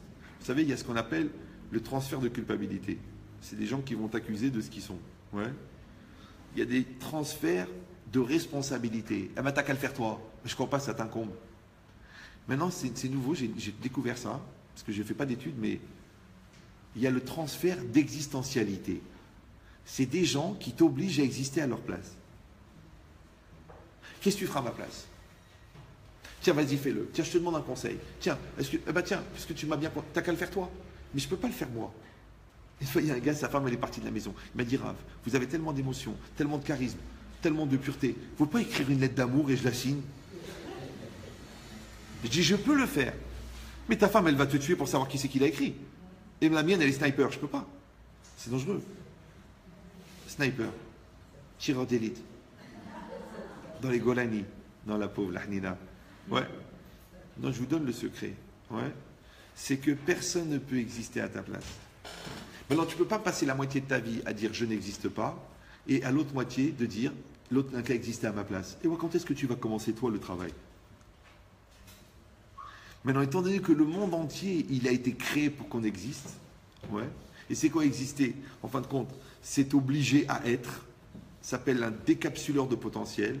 Parce que ton travail, tu donnes le meilleur de toi-même. Tes études, il faut que tu ailles au bout. Ta femme, elle aime le meilleur de toi. Ton mari, il attend que tu donnes le meilleur de toi. Tes parents, ils ont confiance que tu vas être le meilleur de toi-même. Donc, enfin, et le bon Dieu, il nous a créés pour qu'on soit les meilleurs de nous-mêmes. Donc, en fin de compte, le monde entier a été créé pour exister. Donc, attention, écoutez bien. C'est les gens qui n'ont pas aimé l'école. Ce n'est pas les gens qui étaient dans une mauvaise école. C'est les gens qui ne voulaient pas travailler. C'est comme quand il y en a qui a envie de danser, l'autre, il n'a pas envie de danser. Ça s'appelle une sensation chiante. Donc quand toi, tu n'es pas en accord avec ta réalité, la réalité, elle est moche. Maintenant, comment on appelle l'intelligence? La capacité d'adaptation. Donc c'est quoi le contraire? C'est l'incapacité à s'adapter. Maintenant, le problème, c'est que non seulement il faut s'adapter, mais en plus de ça, la vie, elle change. Et les enfants, ils grandissent. Et le business, il bouge. Ouais. Et la l'IA se prépare, et les parents vieillissent, et les enfants grandissent. Tu dis, mais ça bouge trop. Donc, tu es condamné à t'améliorer. Mais les gens qui ne veulent pas s'améliorer, c'est de plus en plus dur. Bah oui, parce qu'un enfant de 8 ans, c'est pas évident, mais un enfant de 18 ans, c'est plus dur. Un enfant de 35 ans, c'est encore plus dur. Vous savez que la personne a 2 périodes de crise dans sa vie. C'est 2 âges, c'est 14-18, 39-45. C'est 2 périodes.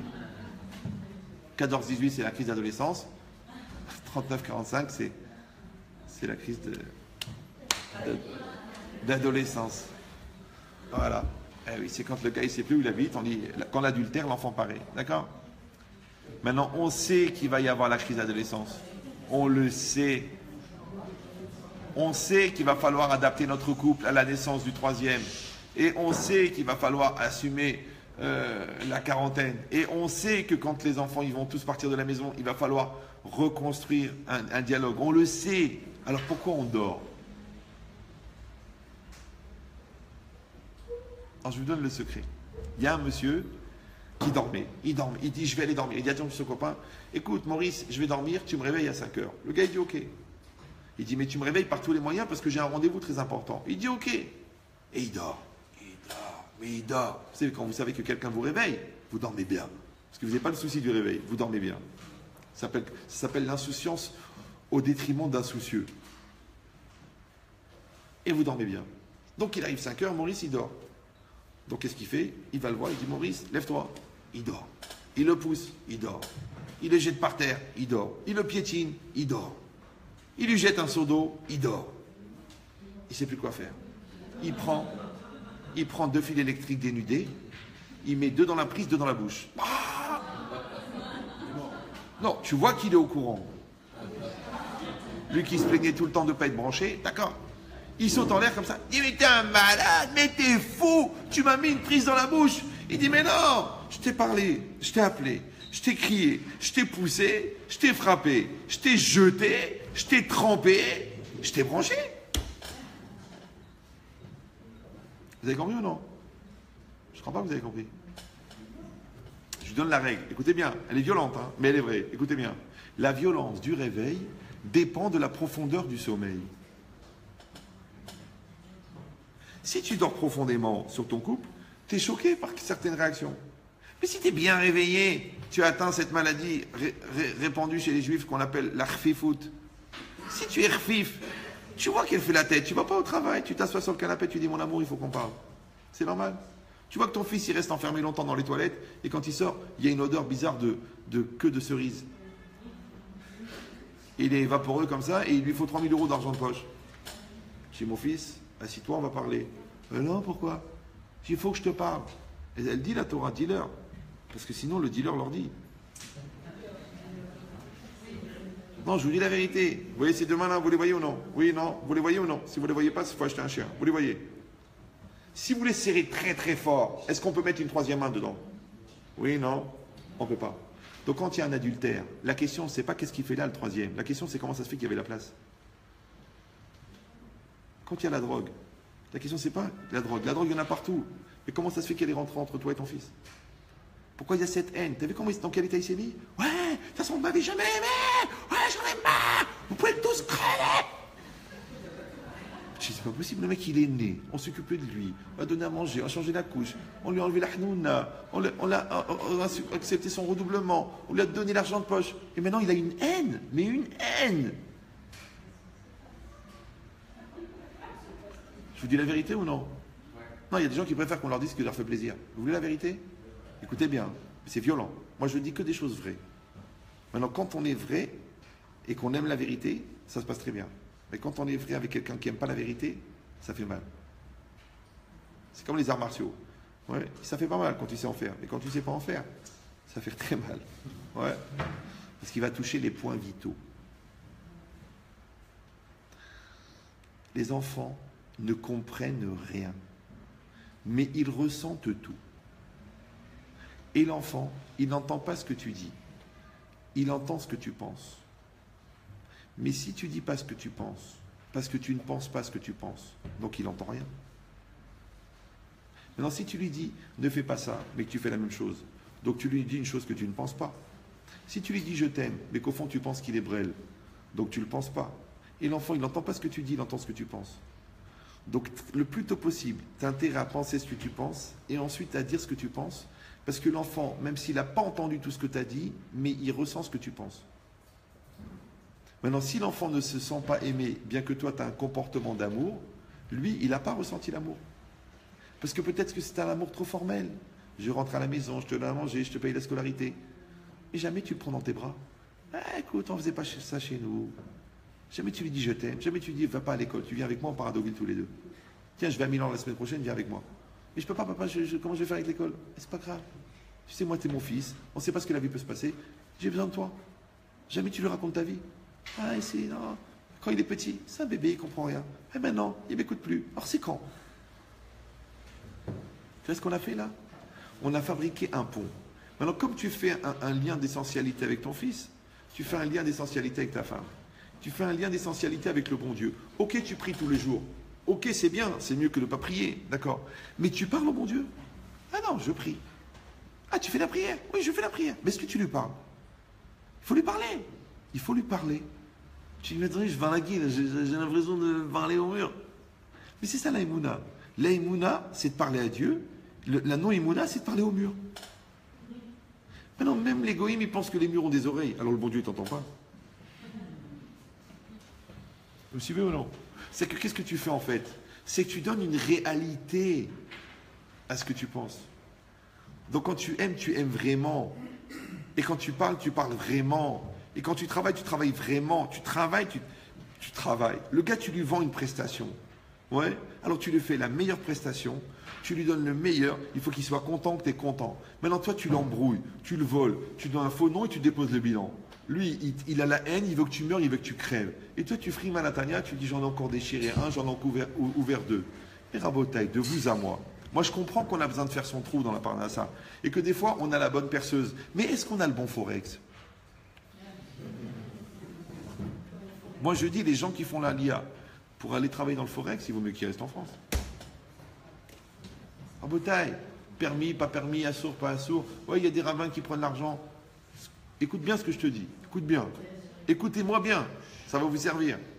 Je crois pas que quelqu'un qui se lève le matin et qui a 10 000 goy qui prient pour qu'il meure, je crois pas qu'il va attraper une grippe.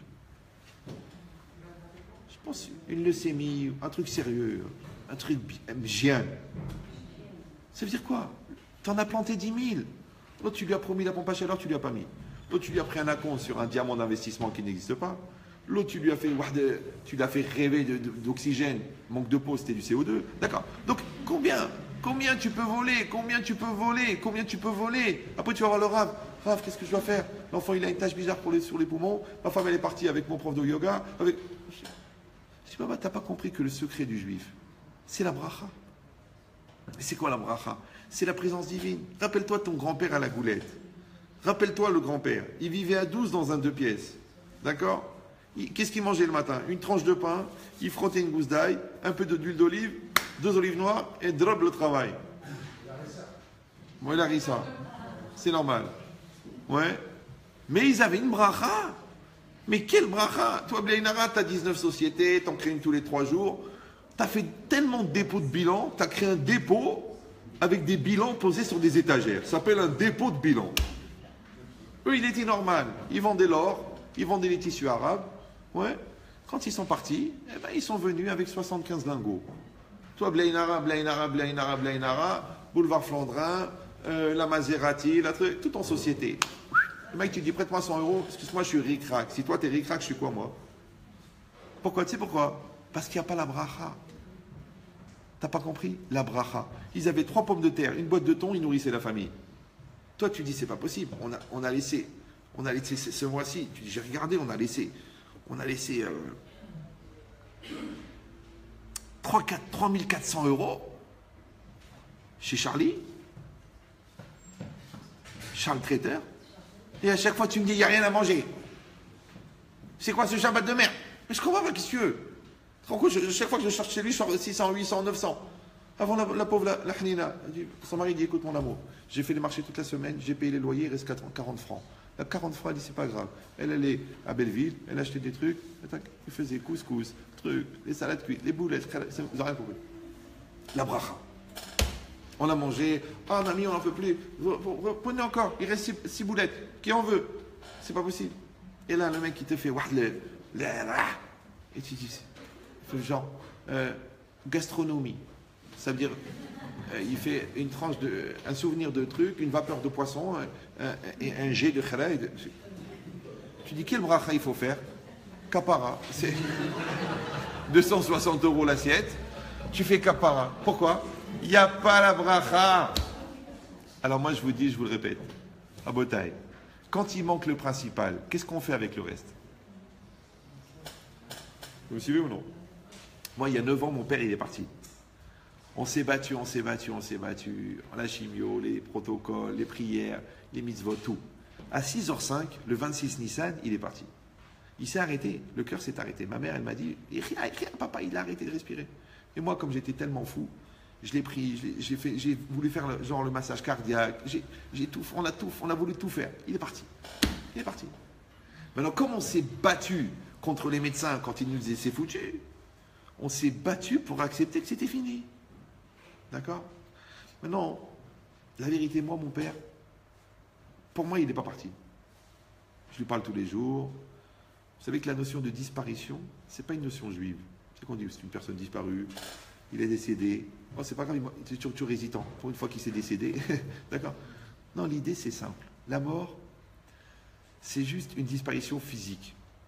Ça veut dire que une personne, elle est à 99% spirituelle et à 1% matérielle. D'accord? C'est-à-dire que l'amour de ta mère, la gentillesse de ta mère, les midotes de ta mère, la puissance de ta mère, l'investissement de ta mère, la prière de ta mère, ils existent. Seulement, ils étaient pris dans une coquille physique. Le jour où la coquille physique, elle est partie, tu crois que la personne a disparu? C'est dangereux, toi. Toi, tu confonds les personnes avec des ampoules. C'est vrai que les ampoules, quand elles sont claquées, elles sont claquées. Mais une personne, elle n'est pas claquée. Une personne, elle est vivante de son vivant, et elle est vivante après sa mort. Seulement, c'est la nature de la vie qui est différente. Maintenant, je vais être honnête avec vous, ça ne marche pas pour tout le monde. Les gens qui ont existé que pour eux, de leur vivant, quand ils meurent pour eux et pour les autres. Mais les gens qui ont vécu pour les autres, quand ils meurent, ils continuent à exister à travers les autres. Par exemple, les gens vont les citer, les gens vont penser à eux, les gens vont demander leur mérite. Moi, par exemple, je voyage, j'arrive, je suis en retard. Quand vous prenez l'avion 3 fois par semaine, vous pouvez être en retard des fois. Et je vois, le vol, il est fermé. Et je dis, papa, je ne dois pas rater, j'ai une conférence à Toulouse, dans 1h30, je ne peux pas le rater, le prochain avion, il est à 23h, c'est terminé. J'arrive là-bas, le mec dit, monsieur, ne courez pas, on va ouvrir le vol. Non, tu sais qu'un vol fermé, il est fermé. Hein. Ils ouvrent le vol, ils me font rentrer. Le mec, il est derrière moi, il dit, non, monsieur, vous c'est fermé, le vol est fermé. Moi, je dis, merci, papa. Il a été lui mettre dans la tête au gars, qu'il faut qu'il ouvre le vol. Je suis 100% émouna de ça. Mais il n'y a pas de différence pour trouver une place pour se garer, ou pour que la banque elle accepte le prêt, ou pour que ton enfant il rentre dans la bonne école. Tout est possible, laisse-le faire. Maintenant, toi déjà, tu as déjà un avocat là-haut. Mais je te dis attention. Comment vous étiez avant? Parce que vous savez que le niveau de lien qui existe entre l'homme et l'homme, il se maintient après la mort. Donc si le lien existait, il existe. Si le lien n'existait pas, il n'existait pas. La preuve, c'est que même quand les deux sont vivants, vous savez comment ça se passe? La fille, elle habite à New York. Elle est en train d'accoucher. Et la mère, elle n'arrive pas à dormir de la nuit. Maintenant, il y a 6 heures de décalage. La fille, elle ne veut pas appeler sa mère parce que c'est peut-être une fausse alerte. Et la mère, elle a un mal au ventre, Alors, je vous donne le secret. Les gens qui s'aiment sont sur le même réseau. Les gens qui s'aiment. Par exemple, tu penses à quelqu'un 3 fois, appelle-le. 100 fois tu penses à elle, appelle-la. Parce que dès que tu appelles, elle dit, oh là là, j'attendais ton coup de fil. C'est comme ça. C'est le Wi-Fi. Vous me suivez ou non? Et c'est pareil le contraire. Ouais. Quand tu penses jamais à quelqu'un, tu dois te poser des questions, surtout si tu l'as épousé. D'accord? C'est pas normal. Donc ça veut dire on crée ces liens, et ces liens, ils se développent. Maintenant, toi, tu as un souci pour ton enfant. Maintenant, il est en stage à Hong Kong. Tu es une parce que tous les copains, ils vont en boîte toutes les nuits. Toi, tu t'étouffes, tu dis le pauvre, il est en Hong Kong en stage. C'est compliqué. D'accord? Et sache que ton souci de mère, c'est comme une protection. C'est que toutes les call girls qui vont le regarder, elles vont tomber dans l'escalier, celle-là, elle va s'étouffer, celle-là, elle va avaler l'olive du martini. Parce qu'il y a une mère qui prie pour son enfant. Maintenant, vous n'êtes pas obligé de prier. Le souci que vous avez, c'est une prière. Vous me suivez ou non? Ça veut dire que si déjà, entre deux êtres vivants, il y a une espèce de pont de communication et de communion qui protège et qui développe et qui donne des forces. Ouais. Qui vous a dit que ce pont, il s'arrête après la mort? Moi, je dis que c'est le contraire. Parce que si déjà, avec l'abat-jour du corps, il y avait tellement de lumière, alors quand il n'y a plus le corps, il y a encore plus de lumière. Pour ça, ils ont dit que depuis que le Rabbi de Lubavitch est parti, ils ont créé encore plus de Beth Rabbah qu'avant. C'est-à-dire que quelque part, avec toute l'influence qu'il a donnée, ouais, son absence est génératrice de plus d'influence. Et dans tout, c'est pareil. Pourquoi? Parce qu'on dit Tzadikim, ouais, Rechaim, Metim Bechayem. Les Rechaim, les fauteurs sont morts de leur vivant. Et les Tzadikim, ils sont vivants après leur mort. D'accord? Ça veut dire quoi? Ça veut dire que vivant, on a dit c'est quoi vivant? Vivant, c'est que je projette cette énergie à l'extérieur. Ça veut dire que je réalise, je développe, j'apporte. Maintenant, je le fais à travers des outils extraordinaires qui s'appellent la Torah. Or, la Torah, il se trouve qu'elle existait avant la création du monde. Et vous savez que Dieu, avant de créer le monde, il a aussi créé, il n'avait pas créé la matière. Il n'avait pas créé le temps non plus, parce que quand Dieu a créé le monde, il a créé le temps. Donc, moi, ça me fait rigoler quand les gens me disent, mais écoutez, Rabban Shekrit, écoutez, vous êtes cartésien, vous êtes intelligent, vous êtes pragmatique. Comment pouvez-vous croire un texte qui a plus de 3500 ans et penser qu'il est adapté à notre réalité? J'ai dit, mais JG, ça veut dire jeune jbeb. Étant donné que Hachem a écrit la Torah avant de créer le monde. Donc Hachem a créé la Torah avant que le temps existe. Maintenant, quelque chose qui existait avant que le temps existe ne peut pas subir le temps. L'intemporel ne subit pas le temporel. Tu dis, ah, j'y ai pas pensé. Oui, il n'y a pas que ça, à quoi tu n'as pas pensé. Donc la logique, c'est quoi? C'est qu'en vérité, la Torah, elle est logique, mais elle est plus que logique. Elle a une logique supérieure, mais elle est déjà logique. Maintenant, si toi, tu n'es même pas logique, comment tu espères comprendre le côté logique de la Torah? Parce que déjà, la logique, tu ne l'acceptes pas. Une fois, j'étais dans une gare TGV, je ne sais plus, à Avignon ou Aix-en-Provence, je ne sais pas. Il y a un monsieur qui vient me voir, il s'approche. Alors moi, je ne sais pas, je les attire, je ne sais pas pourquoi. Il vient, il dit bonjour. Il dit, vous êtes rabbin? Je dis, non, je suis cow-boy. Je dis, bonjour. Et le chapeau, le manteau. Il cherchait le cheval. Il me dit, j'ai une question. Mais cette question, elle me trotte depuis des années et je ne sais pas si vous pouvez y répondre. Je dis, c'est quoi votre question? Il m'a dit, pouvez-vous me prouver que Dieu existe? Je dis, combien vous avez de temps? Il m'a dit, même mon train, il est dans 5 minutes. Je dis, mais je ne comprends pas, ça fait 80 ans que vous posez la question et maintenant en 5 minutes, vous voulez répondre? Il m'a dit, vous êtes rabbin ou vous n'êtes pas rabbin? Ok. Je dis, ok. Non, je ne peux pas lui expliquer de la Torah parce que le mec, il n'a aucune connaissance. Je dis, la logique, il peut écouter. Ouais, parce que si tu n'es pas d'accord avec la logique, c'est pas une question de croyance. Je lui dis, vous existez, vous? Il m'a dit, oui. Je dis, comment vous savez que vous existez? Il m'a dit, parce que j'en suis conscient. D'accord. Maintenant, cette conscience d'exister que vous avez, vous l'avez hérité de quelqu'un qui existait? Il m'a dit, oui. Celui-là, il était conscient d'exister, c'est normal.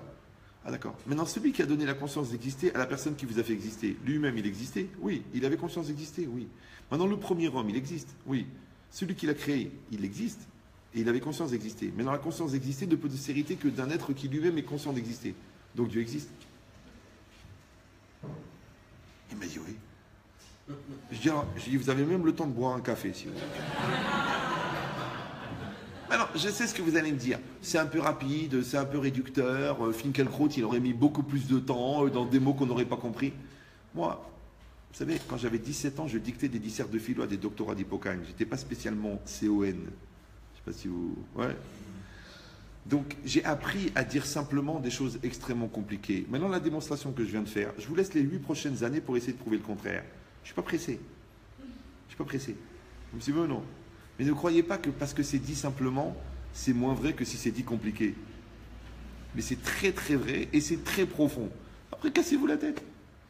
Ah, maintenant vous allez avoir du mal, parce que vous allez dire c'est trop évident, comment ça se fait que je ne l'ai pas compris? Alors là, c'est plus un problème d'intelligence. Là, c'est plus un problème intellectuel. Là, c'est plus un problème de croyance. Ça, c'est juste un problème du malaise à accepter que la part d'intérêt qui influe ma réflexion est plus importante que ma réflexion. C'est qu'au lieu de t'interroger sur le fait de croire ou non, tu devrais t'interroger sur ce qui t'empêche de croire.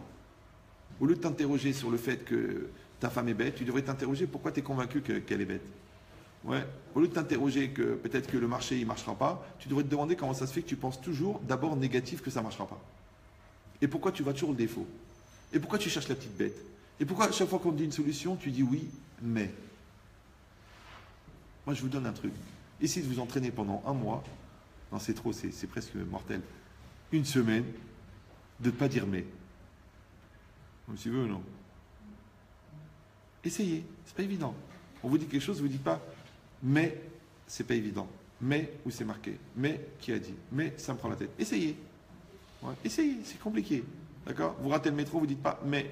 Vous dites j'ai raté le métro.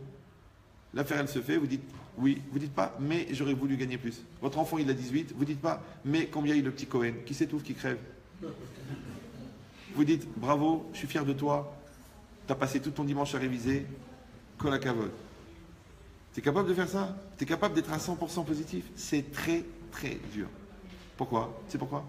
Parce que le Yetzer Hara, c'est une notion réelle, concrète, physique qui existe. D'accord? C'est comme ça, il existe. C'est une réalité dont il faut tenir compte.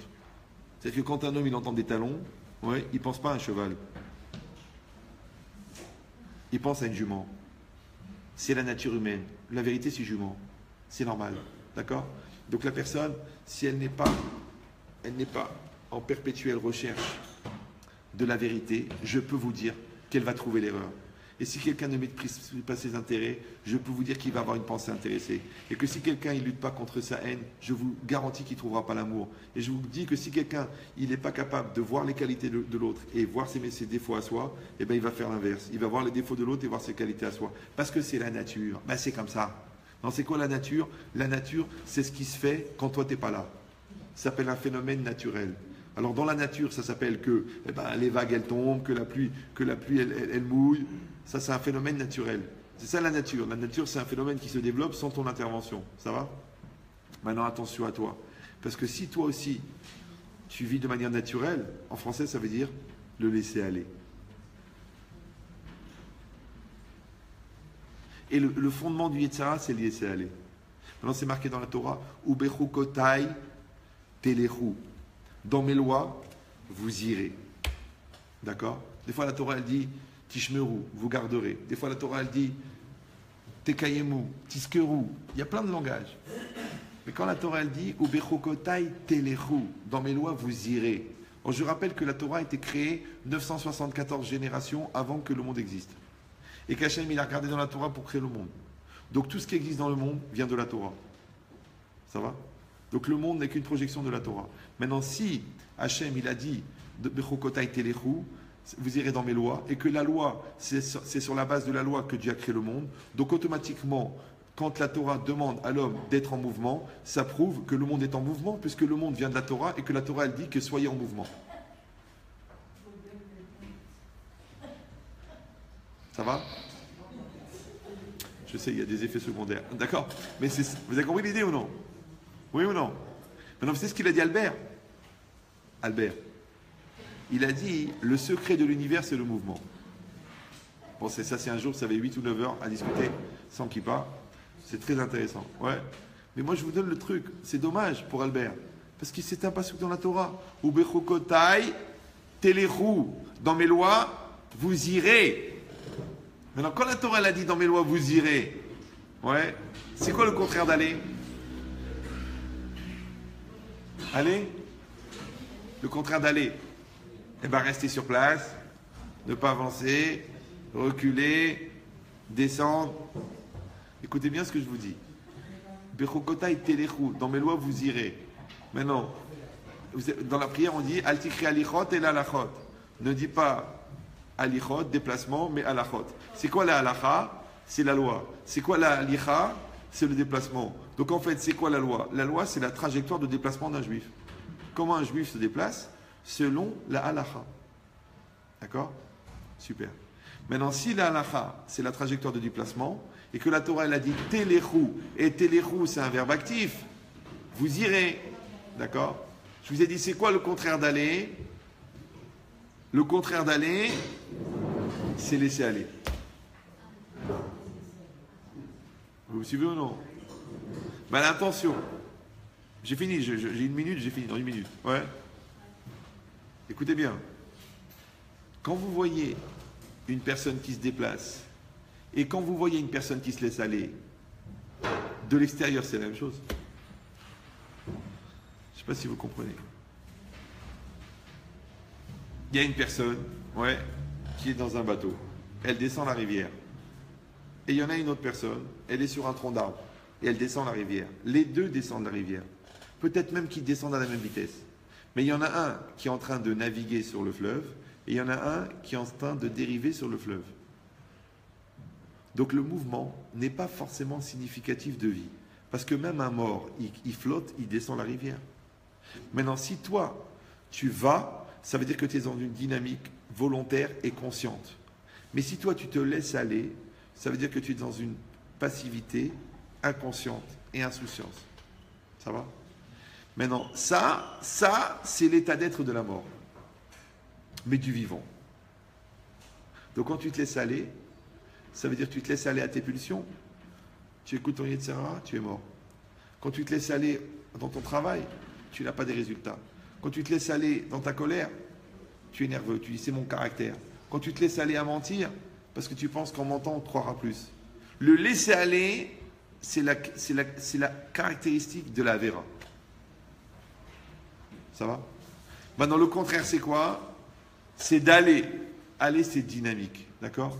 Donc tu ne peux pas te laisser aller vers l'autre, tu vas vers l'autre.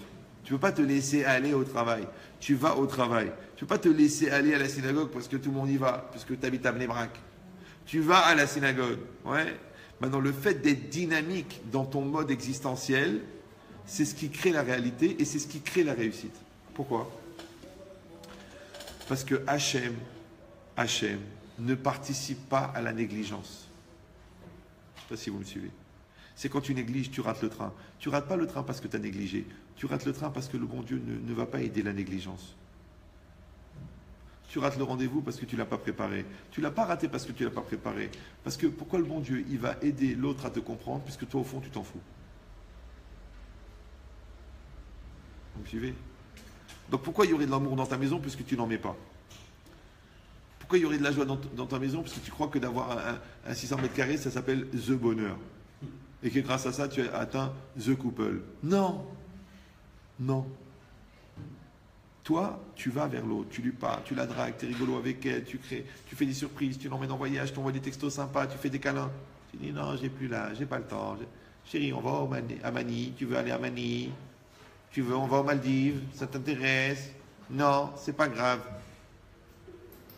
On ira une autre fois. C'est dommage, parce qu'elle va trouver quelqu'un qui veut y aller. Quelqu'un m'a dit, Rav, j'ai consacré 10 ans de ma vie à fabriquer la maison de rêve à ma femme. Elle est partie avec l'entrepreneur. Je dis, mais c'est normal, parce que comme il fallait 50 000 euros par mois pour payer le crédit, toi, tu étais tout le temps en voyage, donc tu n'étais jamais là. Et elle, ce qu'elle veut, c'est un mari. Et lui, il était toute la journée là. Comment ça va, Madame Bénichou? Est-ce que ça vous plaît? Comment vous voyez la cuisine? Comment vous voyez la chambre à coucher?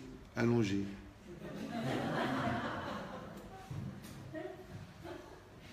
Donc ta femme, elle t'a pas épousé pour tes millions, sinon elle aurait épousé un compte en banque. Elle l'a épousé pour ta personnalité. D'ailleurs, quand vous êtes rencontrés, vous étiez les deux des étudiants, donc de NIA. Et maintenant, tu dis, je suis un homme occupé, j'ai pas le temps, tiens chérie, tiens, il y a un nouveau Chanel qui est sorti, tiens, fais-toi plaisir, tiens, prends la carte noire, vas-y, kiffe, tiens, je t'ai acheté une Cooper pour ton anniversaire. Il dit, mon amour, je te vois jamais. Les enfants, ils se rappellent même pas de ton prénom. Tu voudrais pas être un peu présent? Ah, ça y est, tu me prends la tête, tu me saoules, ah, t'es comme ma mère. À Botaï, je dis et je répète. Et après, je vous laisse tranquille. Quand il manque l'essentiel, à quoi ça sert le reste? Vous me suivez ou non? Quand la personne, elle est morte. Elle a des poumons, elle a des reins, elle a un système sanguin, mais la vie l'a quitté. Maintenant, quand la confiance, elle a quitté le couple, quand l'amour, elle a quitté le couple, qu'est-ce que tu vas faire avec les meubles Ikea, et les vacances, et la maison secondaire à Natania? Puisqu'il manque le principal. Quand ton fils, il veut plus travailler, ouais, qu'est-ce que tu vas le chauffer, l'exciter, lui offrir un scooter? Il veut plus travailler.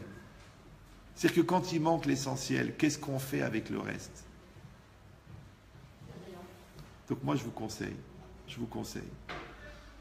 prenez conscience de l'essentiel, restez en contact avec l'essentiel, maintenez l'essentiel. Maintenant, c'est quoi l'essentiel? L'essentiel, c'est l'essence du ciel. L'essence du ciel, c'est le bon Dieu. Maintenant, quand tu cherches le bon Dieu dans la Torah, quand tu le cherches dans ta vie, quand tu le cherches dans ta maison, quand tu le cherches dans le regard de ta femme, dans le regard de ton mari, quand tu le recherches partout, eh bien il est partout. Parce qu'Hachem, il est là où tu le cherches. Ça s'appelle Mevakesh Hachem. Maintenant, sachez que la capacité d'intervenir de Dieu dépend de l'espace que tu as voulu créer dans votre réalité. Donc vous ne pouvez pas vous débarrasser de Dieu et après dire « il était absent le jour où j'ai eu besoin de lui ». Ça n'existe pas. Ça va? Pourquoi vous allez chez un tzaddik pour prendre une bracha? Vous avez qu'à aller chez le doyen de la fac ou la personne la plus âgée de France. Elle doit être intelligente quand même, elle a 114 ans. Pourquoi tu vas chez le tzaddik? Parce que tu sais que le tzaddik, il est toute la journée avec Dieu. Maintenant, quand tu veux quelque chose, va aller chez les gens qui t'aiment. Vous savez, le Stapler, le père de Raphaël Kanievski, un jour, un monsieur il est venu chez lui, il a dit « Rav, faites-moi une bracha ». Qu'est-ce qu'il a dit le Rav? Il a dit « T'es orphelin ?» Il a dit « Non, j'ai mes parents ». Il dit « Demande une bracha à tes parents ». Les gens qui t'ont mis au monde et qui te supportent depuis 42 ans, tu ne crois pas qu'ils vont prier pour toi? Moi, j'ai un certain succès, vous savez, non? Mais je ne fais rien sans la bracha de ma femme. Quand je vais partir, si elle me dit pas Aslacha, j'attends. Après, elle me dit Aslacha, j'y vais. Maintenant, des fois, je pars pour un cours à Paris, des fois, je pars à Los Angeles, des fois, je pars pour 10 jours en Guadeloupe ou je ne sais pas où. Si je n'ai pas la bracha de ma femme, mais qu'est-ce que je vais faire? Et si elle n'a pas ma bracha, qu'est-ce qu'elle va faire? Et si mes enfants, ils n'ont pas ma bracha, qu'est-ce qu'ils vont faire? Et si moi, je n'ai pas leur bracha, qu'est-ce que je vais faire? Donc, en fin de compte, on ne vit que de la bracha qu'on reçoit et de la bracha qu'on donne. Or, sachez que Mevorach, Zé Mevarech. Ouais, celui qui bénit, c'est parce qu'il est béni. Parce que les pharmaciens ne vendent pas des cravates. Donc, tu ne peux pas vendre un truc que tu n'as pas en stock. Donc, tu ne peux pas donner de l'amour si tu n'en as pas. Et tu ne peux pas en recevoir si tu n'as pas eu les outils pour le recevoir. Parce que pour recevoir de la bonté, il faut avoir de la reconnaissance. Ouais. Et pour avoir de la maturité, il faut avoir de la conscience. Et pour avoir du courage, il faut lutter contre ses peurs. Et pour être travailleur, il faut lutter contre sa flemme. Maintenant, si toi, tu n'es pas en dynamique perpétuelle de créer le réceptacle et de recevoir l'énergie, ça ne marchera pas. Donc tu vois qu'il y a des gens qui ont tout pour être heureux, mais ils se gaspillent pour rien. Une petite remarque avant Shabbat, tu passes un Shabbat pourri. L'enfant, il a travaillé comme un malade. Tu lui dis, c'est dommage que tu n'as pas eu des points. Ouais, les points qu'il fallait. D'accord, le business, tu as gagné, mais tu râles toute la journée. Ah, il est venu chez moi, il m'a dit, Rabben Chetrit, j'ai perdu 1 milliard. Il m'a dit, pourquoi? J'ai fait plein de maaser, j'ai perdu 1 milliard à la bourse. Je lui ai dit, étant donné que tu n'es pas pendu dans ta salle à manger, c'est qu'il t'en reste au moins 8. Il m'a dit 10. Je lui ai dit, si tu es capable de perdre 1 milliard sans te pendre, c'est que tu prends au moins 500 000 euros par semaine. Il m'a dit, non, par mois. Je lui ai dit, tu as 500 000 euros par mois qui rentrent en cash, et tu as 10 milliards dans le compte, et tu viens pleurer pour 1 milliard. Il me dit, oui, mais pourquoi? Pourquoi? L'article quoi? Celui qui dit lama, il devient malade. C'est un phénomène en psychiatrie qui s'appelle Serge. C'est des gens qui se lèvent un matin en disant, je suis malade. Donc il n'y a pas de lama. Ouais, ta maman, elle était là, elle t'a donné le meilleur d'elle-même. Quand elle te voit, elle est fière de toi. Quand toi, tu te conduis bien, elle existe à travers toi. Maintenant, quand vous continuez à être des gens sérieux et des gens bien, et que vous amenez la bracha, en fin de compte, vous faites exister la personne. C'est pour ça que le deuil, c'est sur la partie physique de la personne. Mais la partie spirituelle, chas v'shalom, on ne fait pas le deuil. On ne fait pas le deuil. Mais les gens, ils sont tellement égoïstes, d'accord, qu'ils en ont marre de souffrir. Alors qu'est-ce qu'ils font? Ils expédient l'enterrement, ils expédient la lévaya, après ils expédient les journées de deuil, parce que ça les stresse, ça les angoisse de s'angoisser.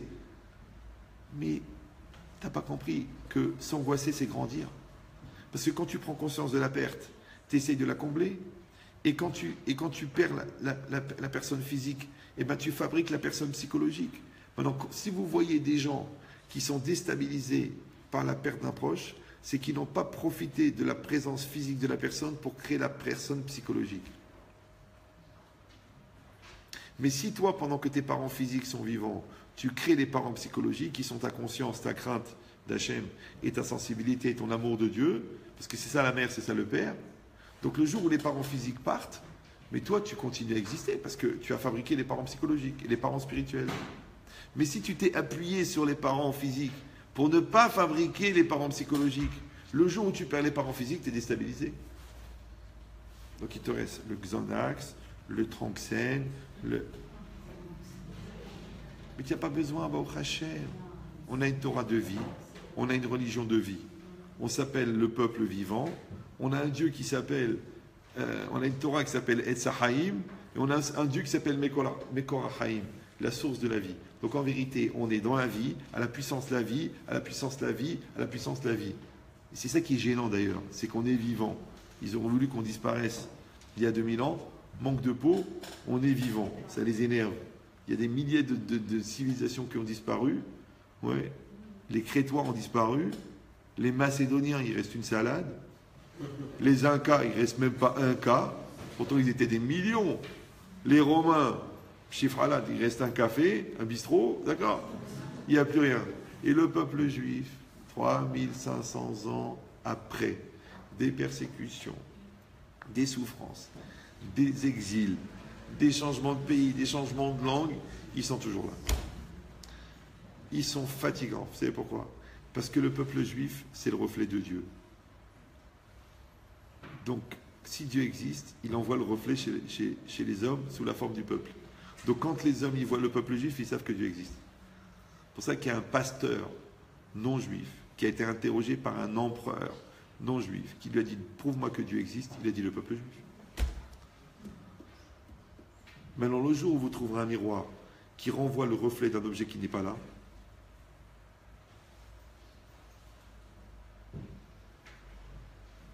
donc nous sommes le reflet de Dieu. C'est pour ça que quand nous on se conduit mal, on profane le nom de Dieu. Donc même si on n'est pas trop religieux, on est condamné à être honnête, à être sérieux, à être pur. Ouais, on est condamné à être investi, à éduquer nos enfants comme il faut. Si en plus de ça on fait les mitzvot, si en plus de ça on est des tzadikim, si en plus de ça on étudie la Torah tous les jours, si en plus de ça on soutient les institutions et on aide les pauvres, Kol hakavod. Pourquoi? Parce qu'on sera encore plus vivant.